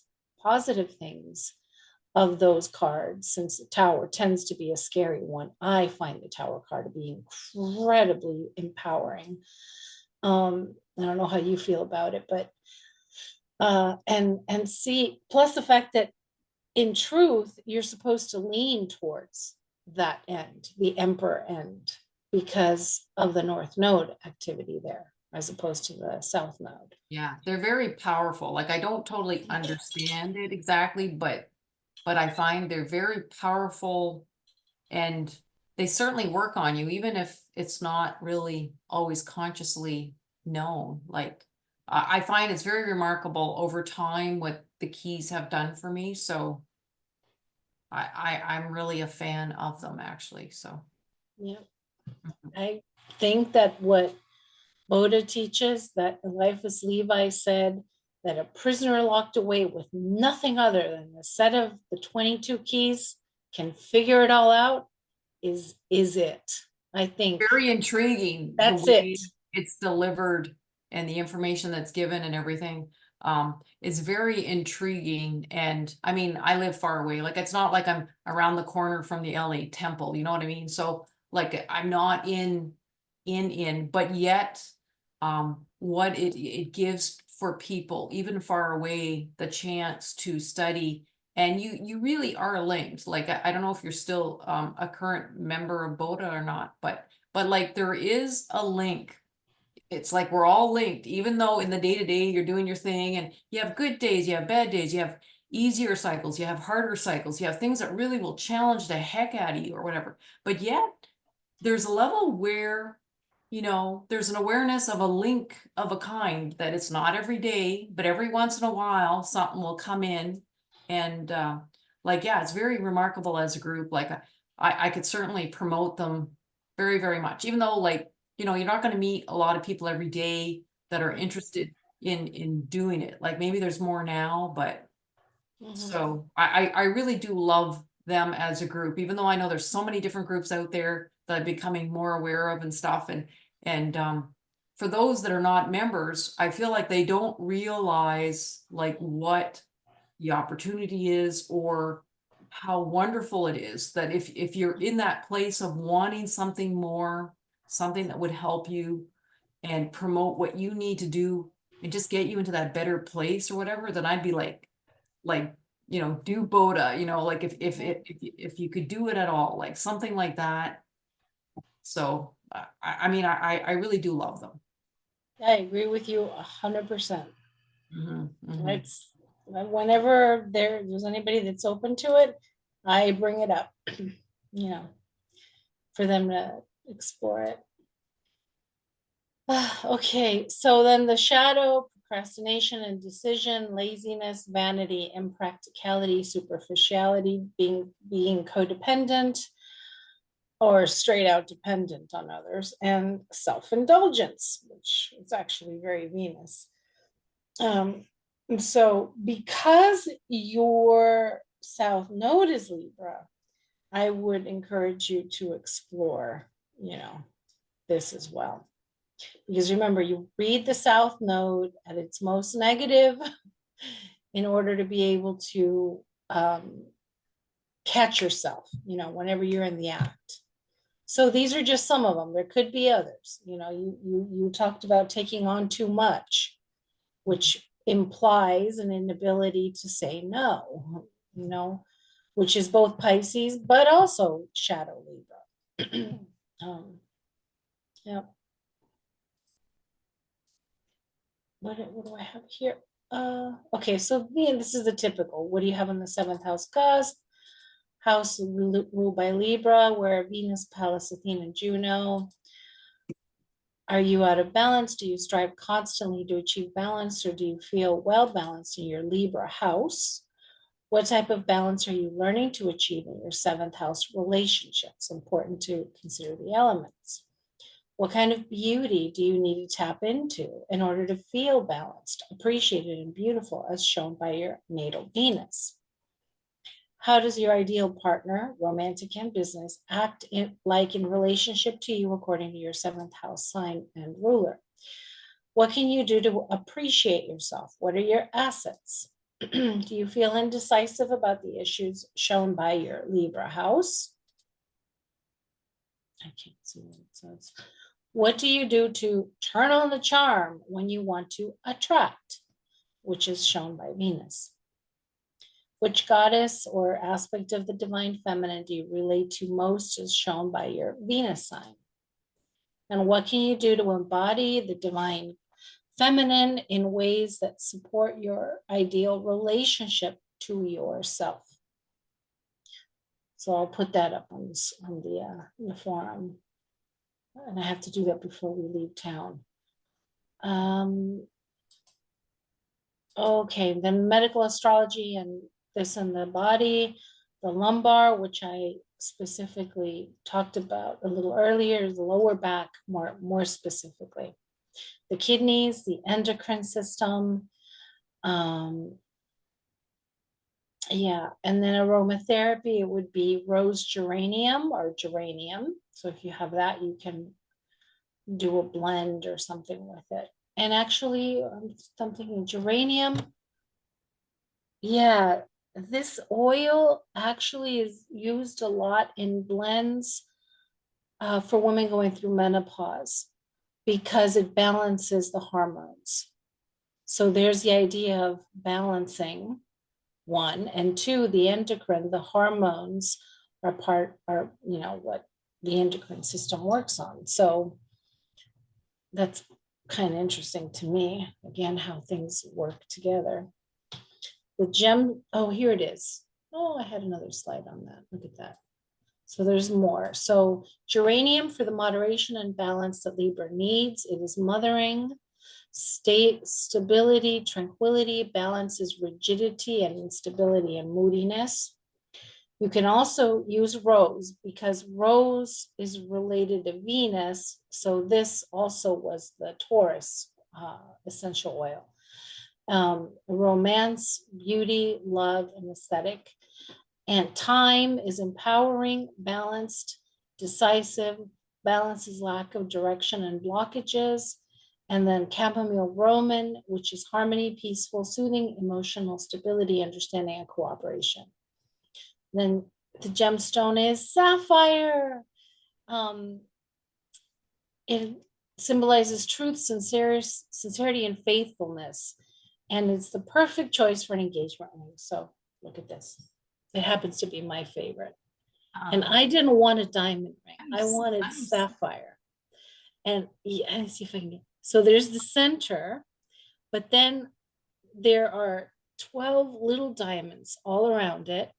And Oh, then the same kind of repetition on both sides, little 12 and 12. I wanted it to be astrologically significant. So that's why. well, that's nice though. That's, Like, I can back you on that. I think that was a good idea. yeah. I like that. And Marcus's eyes are blue. So I wanted to be able to have his blue eyes always kind of with me in that way. And just the blueness of the astrological Yeah, sphere. yeah, it's a nice thing to add in, right? Like it adds more, like it's a layer of adding more. Yeah. Yeah. I was like, everybody has diamonds. I don't want a diamond. I want a sapphire. And then as I was looking for things, it's like I was playing with my hands. It's like, well, here's my, not just the engagement ring, but which is the promise of a commitment, right? It's the first level of commitment. But then, of course, the wedding band itself. It's like, well, those are very much this archetype. And it represents that the idea of a commitment when you commit to something and you're going to stick through it through hell and high water, and or not if it's not right. But yeah, so there's that. The music, you can pick anything that feels fairy like or airy like or just beautiful. So I guess I picked these three when we were doing the class in person. Harp, any of the instruments that use air, which is pretty much all of them, because music you need to have, you hear it. So there's this thing with the eardrum. Food, I picked angel food cake, strawberries, and whipped cream. The whipped cream is obvious, just the airy quality to it. And then I think it's anything that's beautiful, any food that's created in a beautiful way, set out in a beautiful way. I had one student in one of the classes, and she brought this incredible chocolate torte. It was so yummy, but it was just so beautiful the way that the baker put it together. It wasn't like Publix or something. It was an actual bakery. So, yeah. So Sounds very good. Sounds very good. find something beautiful to eat this week. And the whole play, aside from the workbook, is to do something that brings you into greater balance in your life, whatever area that is. Pick an area. Study your relationship or relationships plural, whichever one. Connect with beauty, whatever that means to you, including with yourself. Like, remember, the mirror is a big deal in this archetype. So do something where you see yourself in the mirror and you recognize your beauty, your actual physical beauty. If you need to get some kind of adjustment, chiropractic, massage, or whatever, if that's necessary, then you do that. And then, of course, the shadow, which we've already picked for you. I'm so sad. My animations aren't working. Oh, well. So we know that your Libra house is the 5th. So that's the area of creativity, love affairs, creative self-expression, how you express your uniqueness, and the house of joy. So all of this that we talked about and explored, and you'll continue to explore, will be along those lines. And Ayana, if you do the work here, yours is 3rd house. Community, networking, how you communicate with others, and sibling relationships. And here are the keys. For Libra, it's Justice, key 11. And Venus, once again, is the Empress, key 3. They're so beautiful, aren't they? Yes. Yes. especially like, I think I'm drawn to, the mother archetype or the, like the divine mother or whatever. So Yeah. I know the Empress is a symbol of like great beauty, you know, and then I'm thinking about everything in the lessons, right? Where they're saying there, you know, like there's more there and it's actually impinging on your consciousness. So then, you know, you can kind of get all excited about the idea, right? So. Yeah. You know what that reminds me? One thing I haven't done, and I normally don't, but just for kicks, let me do the numerology. Do you know your numerology? Two. Not really well, no. Okay, give me a second. Let me figure this out. Okay. So February 26, 1968. So that's 8, 2, 10, 18,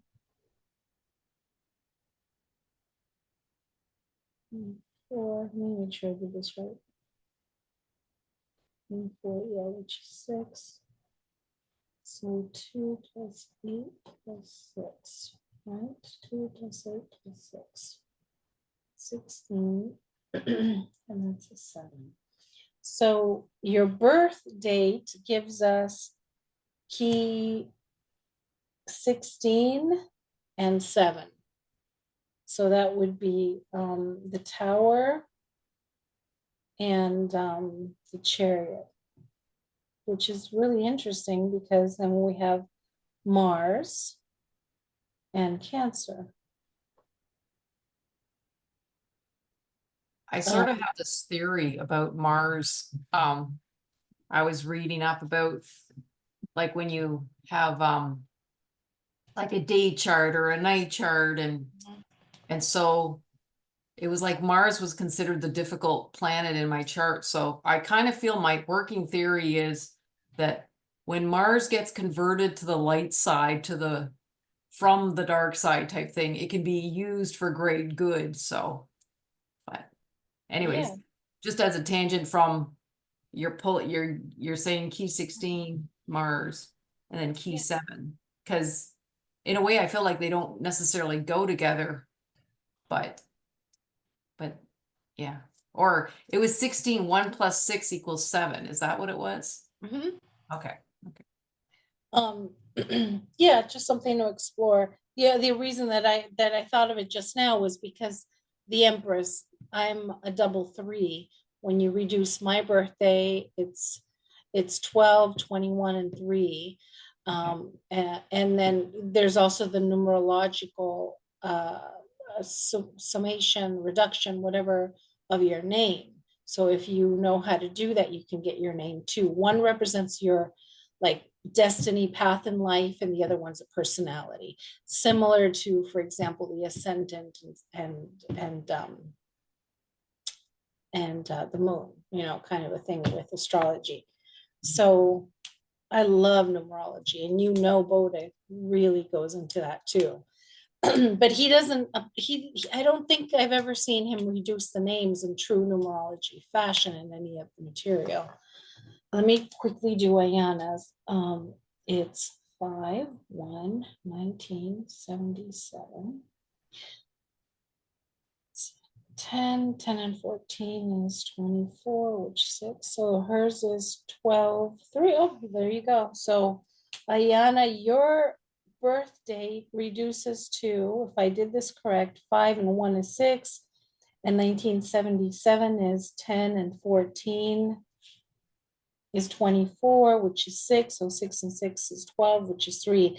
So it would be ultimately the Empress card, but also could be the Hangman, which are Pisces is the Hangman. I take that back. Neptune is the Hangman, associated with the Hangman, and the Empress is like we know here is Venus. Just additional fun things to explore. I'm gonna run to the restroom real quick, and I'm gonna leave this one up, which are my moon coaching moon mantras. But again, these make great affirmations for exploring this week in the Libra sector of your chart, or any Libra planets and points you have. I'll be right back.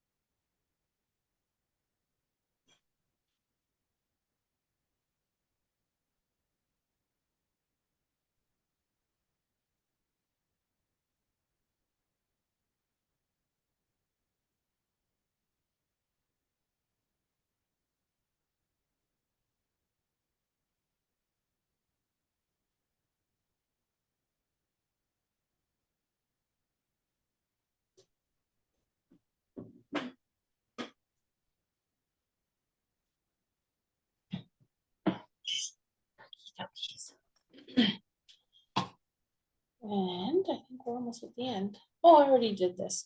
I guess I had it duplicated. So your Libra area is an area of life that you need to keep in balance through constant observation and choosing your perspective.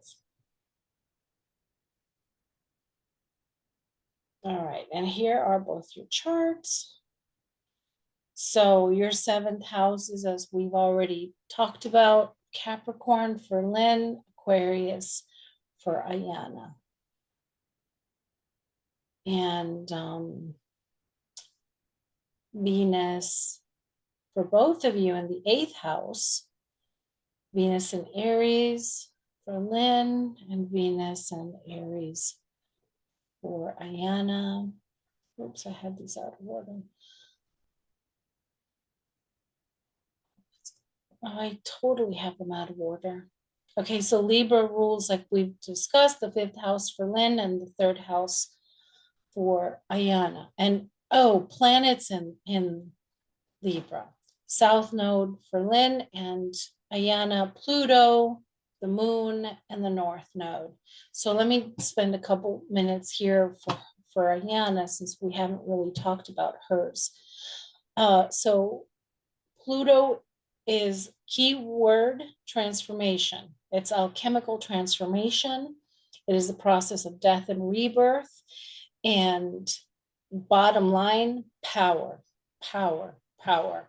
So it could be how you wield your power. It could be how you feel powerful or the opposite, disempowered, through the choices that you make, right? Libra. And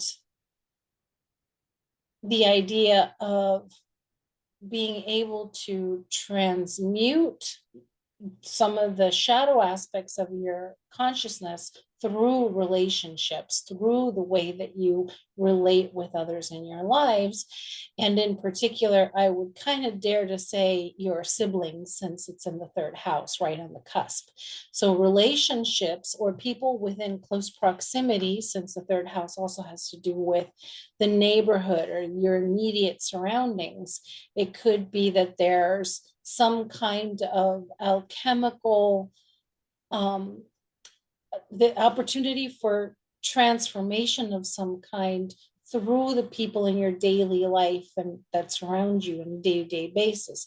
But by the same token, the shadow of Pluto, since it is conjunct the moon, we have to consider that there could be toxicity there, that the Pluto moon conjunction in Libra in the 3rd house could be pointing to relationships that are toxic and that are long-standing tests to your ability to stand in your power and not lose your positioning within codependent or other kind of power plays with, again, siblings or people that you deal with on a day-to-day basis.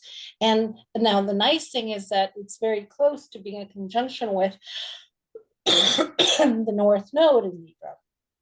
I mean, it's 9 degrees away, so it's not close, but I'm going to consider energetically as an opportunity there, and to read it as an opportunity that even if these relationships that you encounter with siblings or people in your immediate surroundings are toxic, that they actually ultimately point you in the direction of your true soul purpose, your soul path, because of the North Node.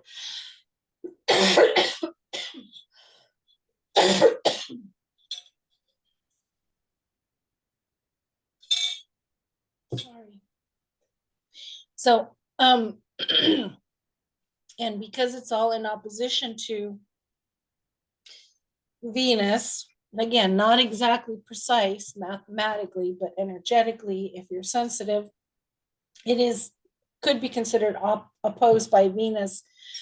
Then I would say that it's important to have a strong sense of who you are as a female, as a woman, and be able to make decisions for yourself independently of the people that maybe pulling you down. The image that I'm getting from that is,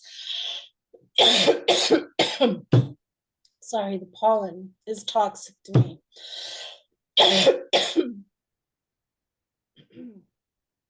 There's pollen everywhere right now here. Yeah, it's pretty bad here too, actually. Can't even breathe. What was I saying? That stand your ground, be able to make decisions for yourself, not be thrown off, and then eventually use those relationships as a stepping stones for creating the kind of beauty and harmony in all your relationships, in spite of how others might be trying to pull you in the opposite direction. That was the image, right? The monkeys in a barrel. I think is it monkeys? No, they're crabs. You know, the image of there's a bunch of crabs in a pail, a bucket, and you have some crabs that are making their grand escape on and trying to get over the edge, but there's all the crabs underneath and they're trying to pull them down. So that's kind of the image I got. I don't know if it's applicable to you, Ayana, or not, but you can think about that. I'm sorry. But yes, clearly independence is extremely important for anything that has to do with relationships, because of the 7th house Aquarius, and because ultimately Venus goes to Mars and Aries in the dispositorship path. So it's like I have to be independent. It's got to be me. You got to be able to stand your own ground. That's true really of all of us, but clearly you have it more accentuated than some of the rest of us.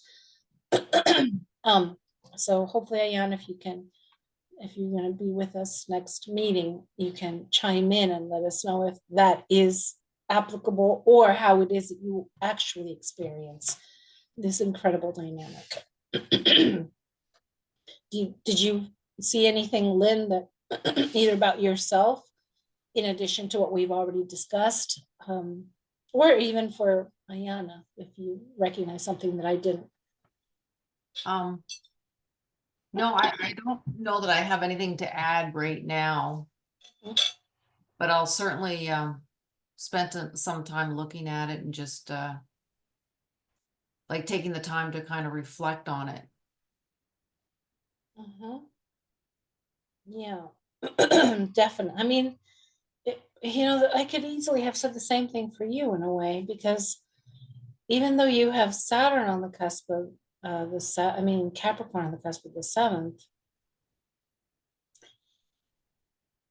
we have Libra goes to Venus. Venus is an Aquarius. So there is that independent streak for you as well in relationships. And it leads to Uranus. But you see, here's the difference. Your Venus, disposited by Uranus, does say you need to have your space as well. But it's in service-oriented Virgo. So it ends in a very different energy system than hers, even though you both have the Aquarian sensibility around relationship. There's a much more independent streak for Ayana than there is for you, which ultimately seems to be leading to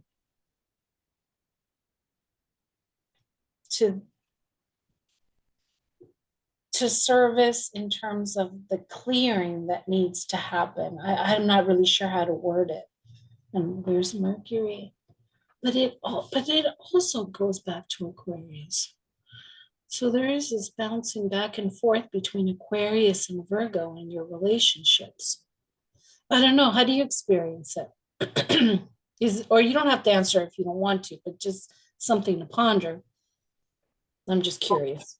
Well, I find I've had the experience of really just questioning the dynamics of relationships, and like really where I feel like they've kind of been turned upside down, you know, like, so I don't know if that would kind of describe the Uranus effect on relationships of where, you know, I really feel like I'm questioning how they work. Like, how do you have a balanced one? And, you know, just the dynamics with people because of things like what you said about, Libra being, mirror related, and the reflecting of another, you see it being like the other person is reflecting, who you are, or there's something about that interaction that is showing you something about yourself. And so, for me, it's kind of like a question mark of like how it works, the energy between two people. And, um, so yeah, it's just like, it gives for a lot of questions. And I feel when I read the chart, it just seems to say, you have to be liberated from what you have carried or grown with over the years or lifetimes, or however you want to put it, where it's like saying no, like, or what you thought isn't the total picture, maybe, it's not the total, like, it's just like little pieces or whatever. And to break free from, I guess, a certain pattern of how to interpret things or how to see things or how to think about things, because it's Mercury Aquarius also, and the Moon Aquarius, like they're conjunct. And then it always goes back between Uranus and Mercury, back and forth, back and forth. So there's something like the whole concept is being reworked. And so because it's being reworked, it allows for the questions to come through, because it's like, oh, maybe it's not like this. Oh, maybe it's like this, and trying to juggle it and adjust into what's a more constructive format. Yeah, that makes sense. Yeah, and it doesn't have to fit a particular mold, that you can, like you said, liberate yourself from the pattern. And liberation, of course, fitting the theme of Uranus Aquarius perfectly. And being innovative in how you relate. You don't have to follow any patterns. You don't have to follow any rules of relationship, other than, yeah, just respect me and take me seriously. But here's what's interesting. So Saturn on the 7th goes to, I'm sorry, Capricorn on the 7th goes to Saturn in Aries, which goes to Mars in Aries and ends right there for you. Aquarius on the 7th for Ayana goes to Uranus and Scorpio, and then either Pluto in Libra, which goes to Venus in Aries, which comes to and ends with Mars in Aries, or we go Aquarius to Uranus and Scorpio, direct to Mars and Aries. So both of you, once again, uncanny, your 7th house ultimately threads right back and ends on Mars and Aries, Mars and Aries. How interesting is that? Yeah, a need for an independence and a need to do things that's like me oriented, like to kind of forego the other person to a degree, like to forward our agenda in the partnership. I guess to not be denied, maybe, like. Ooh. Yeah, like not being invisible, but hey, I am here. I am a part of this equation, and you will see me, gosh darn it. Yeah, because Ayana is a fun character and stuff. So I could see her as being a very dynamic individual, like woman, as she relates to males or in partnerships or whatever. Like, just there's that dynamic energy, right? Like, and yeah, she's like, to me, she's a bit of a powerhouse, like Leo ascendant. She's got the Taurus sun conjunct, and there's Mercury and Chiron all there. Like she's got a lot of power, like a lot of like when she keeps saying her Venus thing or whatever, it's like, yeah. So yeah, like she's very dynamic, like yeah, a lot of power. I think that the both of you have a lot of inner similarities. But externally you showed up different, like you're pointing the power of Leo on the ascendant versus a different kind of power, but it's of Cancer on your ascendant. Your power is more on the inside, you hold the shield, and hers is right there in your face. Oh yeah, she's just out there. Yeah, yeah. But the inner aspect is very similar for the both of you because of how your seventh house ends on Mars and Aries for the both of you. That's kind of wild. Yeah, it's interesting. Yeah. All right. And what about your show and tell? Anything you brought to the table today? Actually, I was thinking. I just thought of something. I'm gonna go grab it. Okay.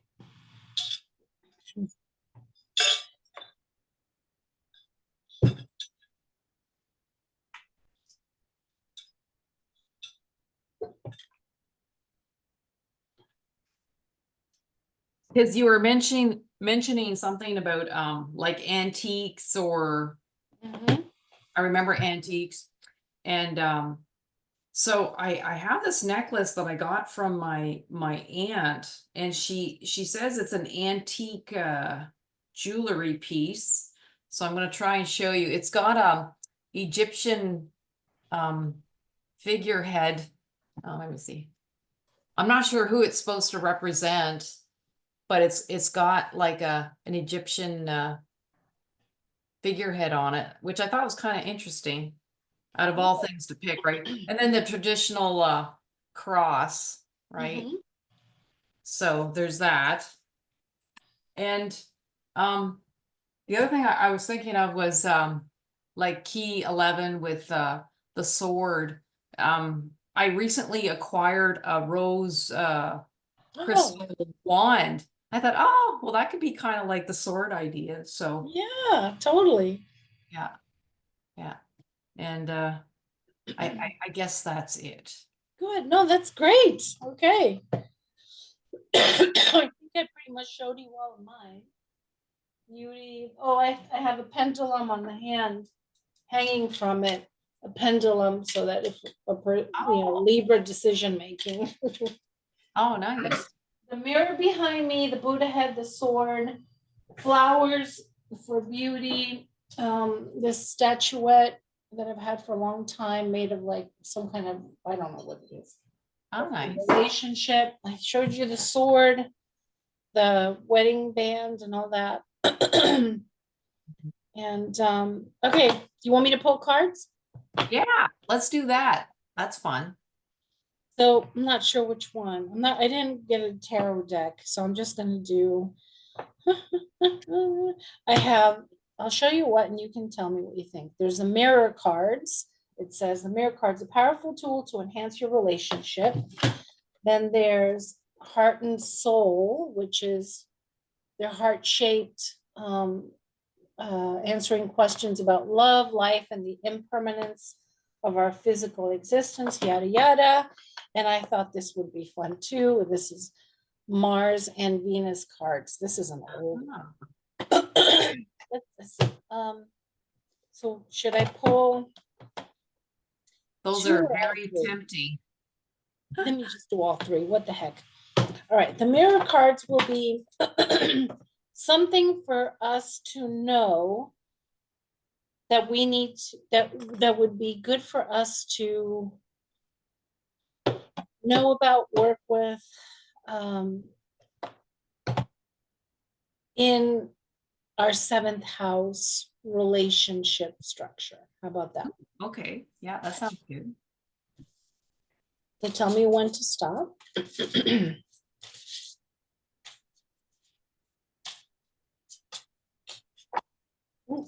I guess that's it.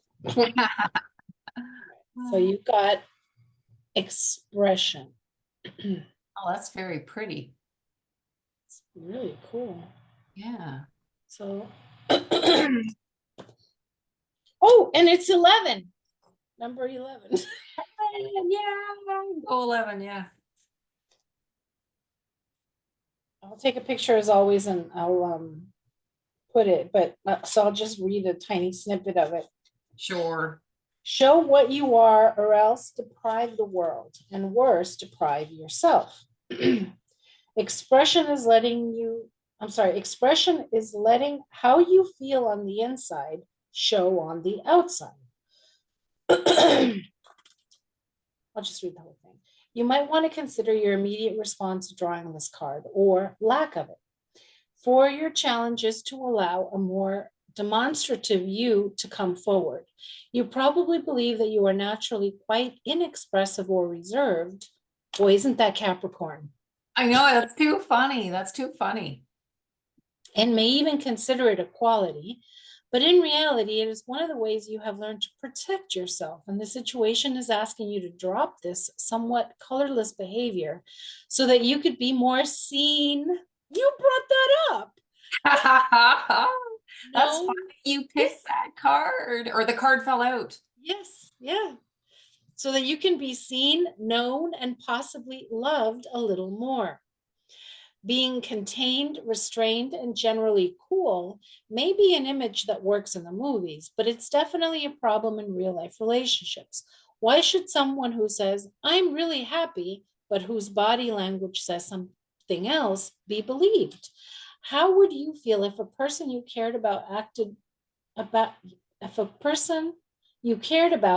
towards you in such an expressionless way without, I don't know what's wrong with me. I'm seeing words That's that aren't okay. there. You can always post it later. Yeah. Yeah. I'll go ahead and post the rest of it, but you got the gist. And yeah, because there's also another page on the inverse, which I think, even though not necessarily reverse, I think that it's important to, let me take a picture so I don't forget. I'll do that now before I put my hands.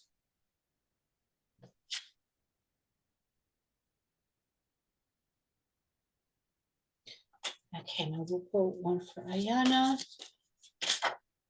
Dang, they're popping. Change, number 7, change. Looks like a beautiful mandala. So I'll just read the first section on that. Change. Smooth seas do not make skillful sailor. Come on, Sylvia. Smooth seas do not make skillful sailors. African proverb. Change is the threshold to the new. Isn't that Aquarius? You know, Yeah. that's 7. Yeah. Mm-hmm. You were probably on alert. The familiar is being disturbed as the wind of change blows through your relationship. It may take the form of a strong wind, testing the strength of the roots of whatever you have planned, or of a hurricane, ripping up everything you've built so far. If we are totally in tune with our natural rhythms, change would pass us by without distress, in the same way that we accept the passing of the seasons. That's a good start. And I will post the rest of it also later. Why not? I'll pull one for myself. It will pop out. I have Gemini in my 7th house, and I'm married to a Gemini, and I'm drawn to Geminis in both teaching partnerships, relationships, etc. And I need to have my ideal relationship be very, very communicative. And wouldn't you know, I got expression too. Okay. Oh. All right. So I will do that tomorrow. And let me pull. All right. So how about on the Mars and Venus ones? And these are two-sided, like a lot of the Hay House are. How to bring your Mars and Venus into greater balance, or what message from your combined, harmonized Mars and Venus. Okay, so that's I got 3 cards flew out. Oh, Should I go ahead and you want all 3? I'm not looking at them until you tell me. sure. Like you can just do it Okay. briefly, so you don't have to read everything, just briefly. Okay, this is the Mars end of it. Does this show reversed on your side? Okay, let me just see. I'm trying to, I'm playing around there to try and get the screen to see it. I'll read them. Okay, so the first one is on one side is Mars, on the other is Venus. Mars, when a woman is upset, she needs to be heard, not fixed. On the Venus side says, men often do not listen because they are focused on solving the problem. And then you also have Venus side. He values appreciation, admiration, recognition, and trust. The Mars side says she values love, communication, beauty, and relationships. And the last one is on Mars, look her in the eye when listening to her. Venus side, don't give unsolicited advice when listening to him. Wow. All right. So let's take a picture of this so I don't forget. On both sides.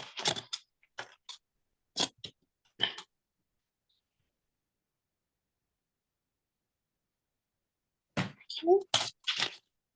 Now we'll pull one for Diana's Mars and Venus.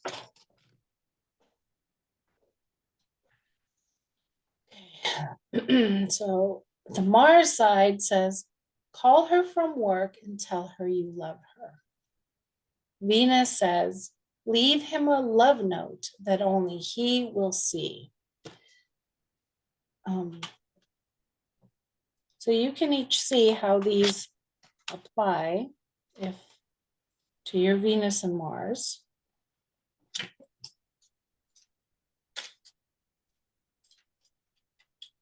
And, use creative play, imagination, especially if maybe sometimes they don't make sense at first, but mine is Venus, don't judge him for needing to withdraw. My husband is Scorpio rising, even though he's a Gemini. Mars, don't judge her for needing reassurance. Okay.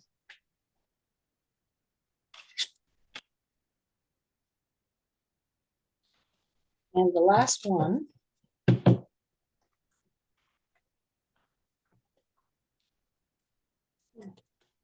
These are beautiful. So let's see.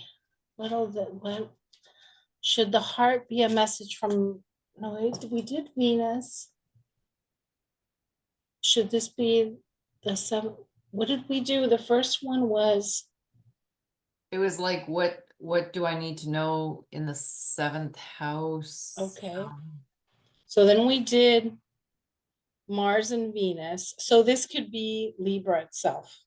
Okay, maybe the house of Libra for each of you. These are hard to shuffle.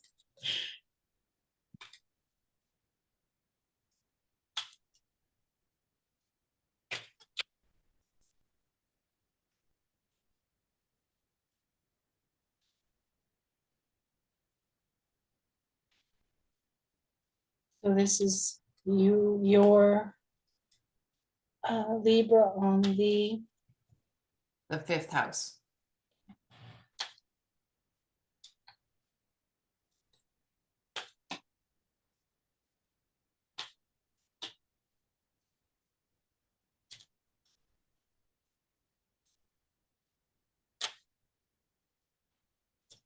You let me know when, okay? I forgot to. Okay. When? Okay. And this one sort of got stuck to my hand. It kind of looks like a sun. In the water? Yeah, and arising out of water. and little hearts here on this side. Oh, yeah. Yeah, it's pretty. Help is on its way. The raging sea will soon abate, and a great light will heal your heart. This is a time of deep, profound, and positive transformation. But courage, strength, and patience are required. You are supported by a sea of love. Very nice.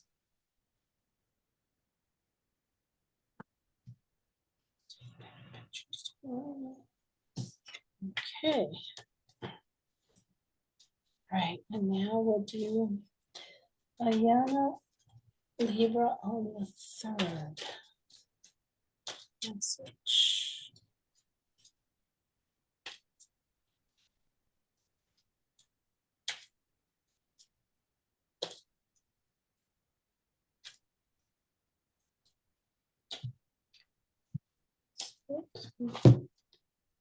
All right, Ayana, this is. Can't quite. It's a woman and she's looking death. Let me read it. Allow your imagination to drift beyond the horizon. Beyond time, there is a world of dreams without limits, full of magical ideas, a world just waiting for you. But this faraway world is not so far. It is inside your heart, and all it takes to get there is a dream. And I'm gonna get one for, okay. Mine just, wow. Mine is 2 people, a man and a woman, center in the middle, lots of energy. And I have Libra, 10th house cusp, it's in midheaven. Every challenge provides an opportunity to discover a deeper meaning to life. Each challenge can be a gateway to something greater. Use your intuitive and creative powers. Many solutions exist. Move beyond fear, and you'll discover that there are no limits apart from the limits that we ourselves have placed. Okay.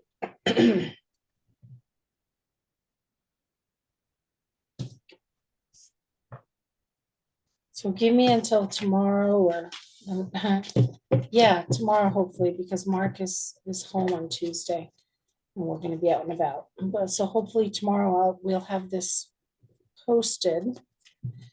That And, sounds good.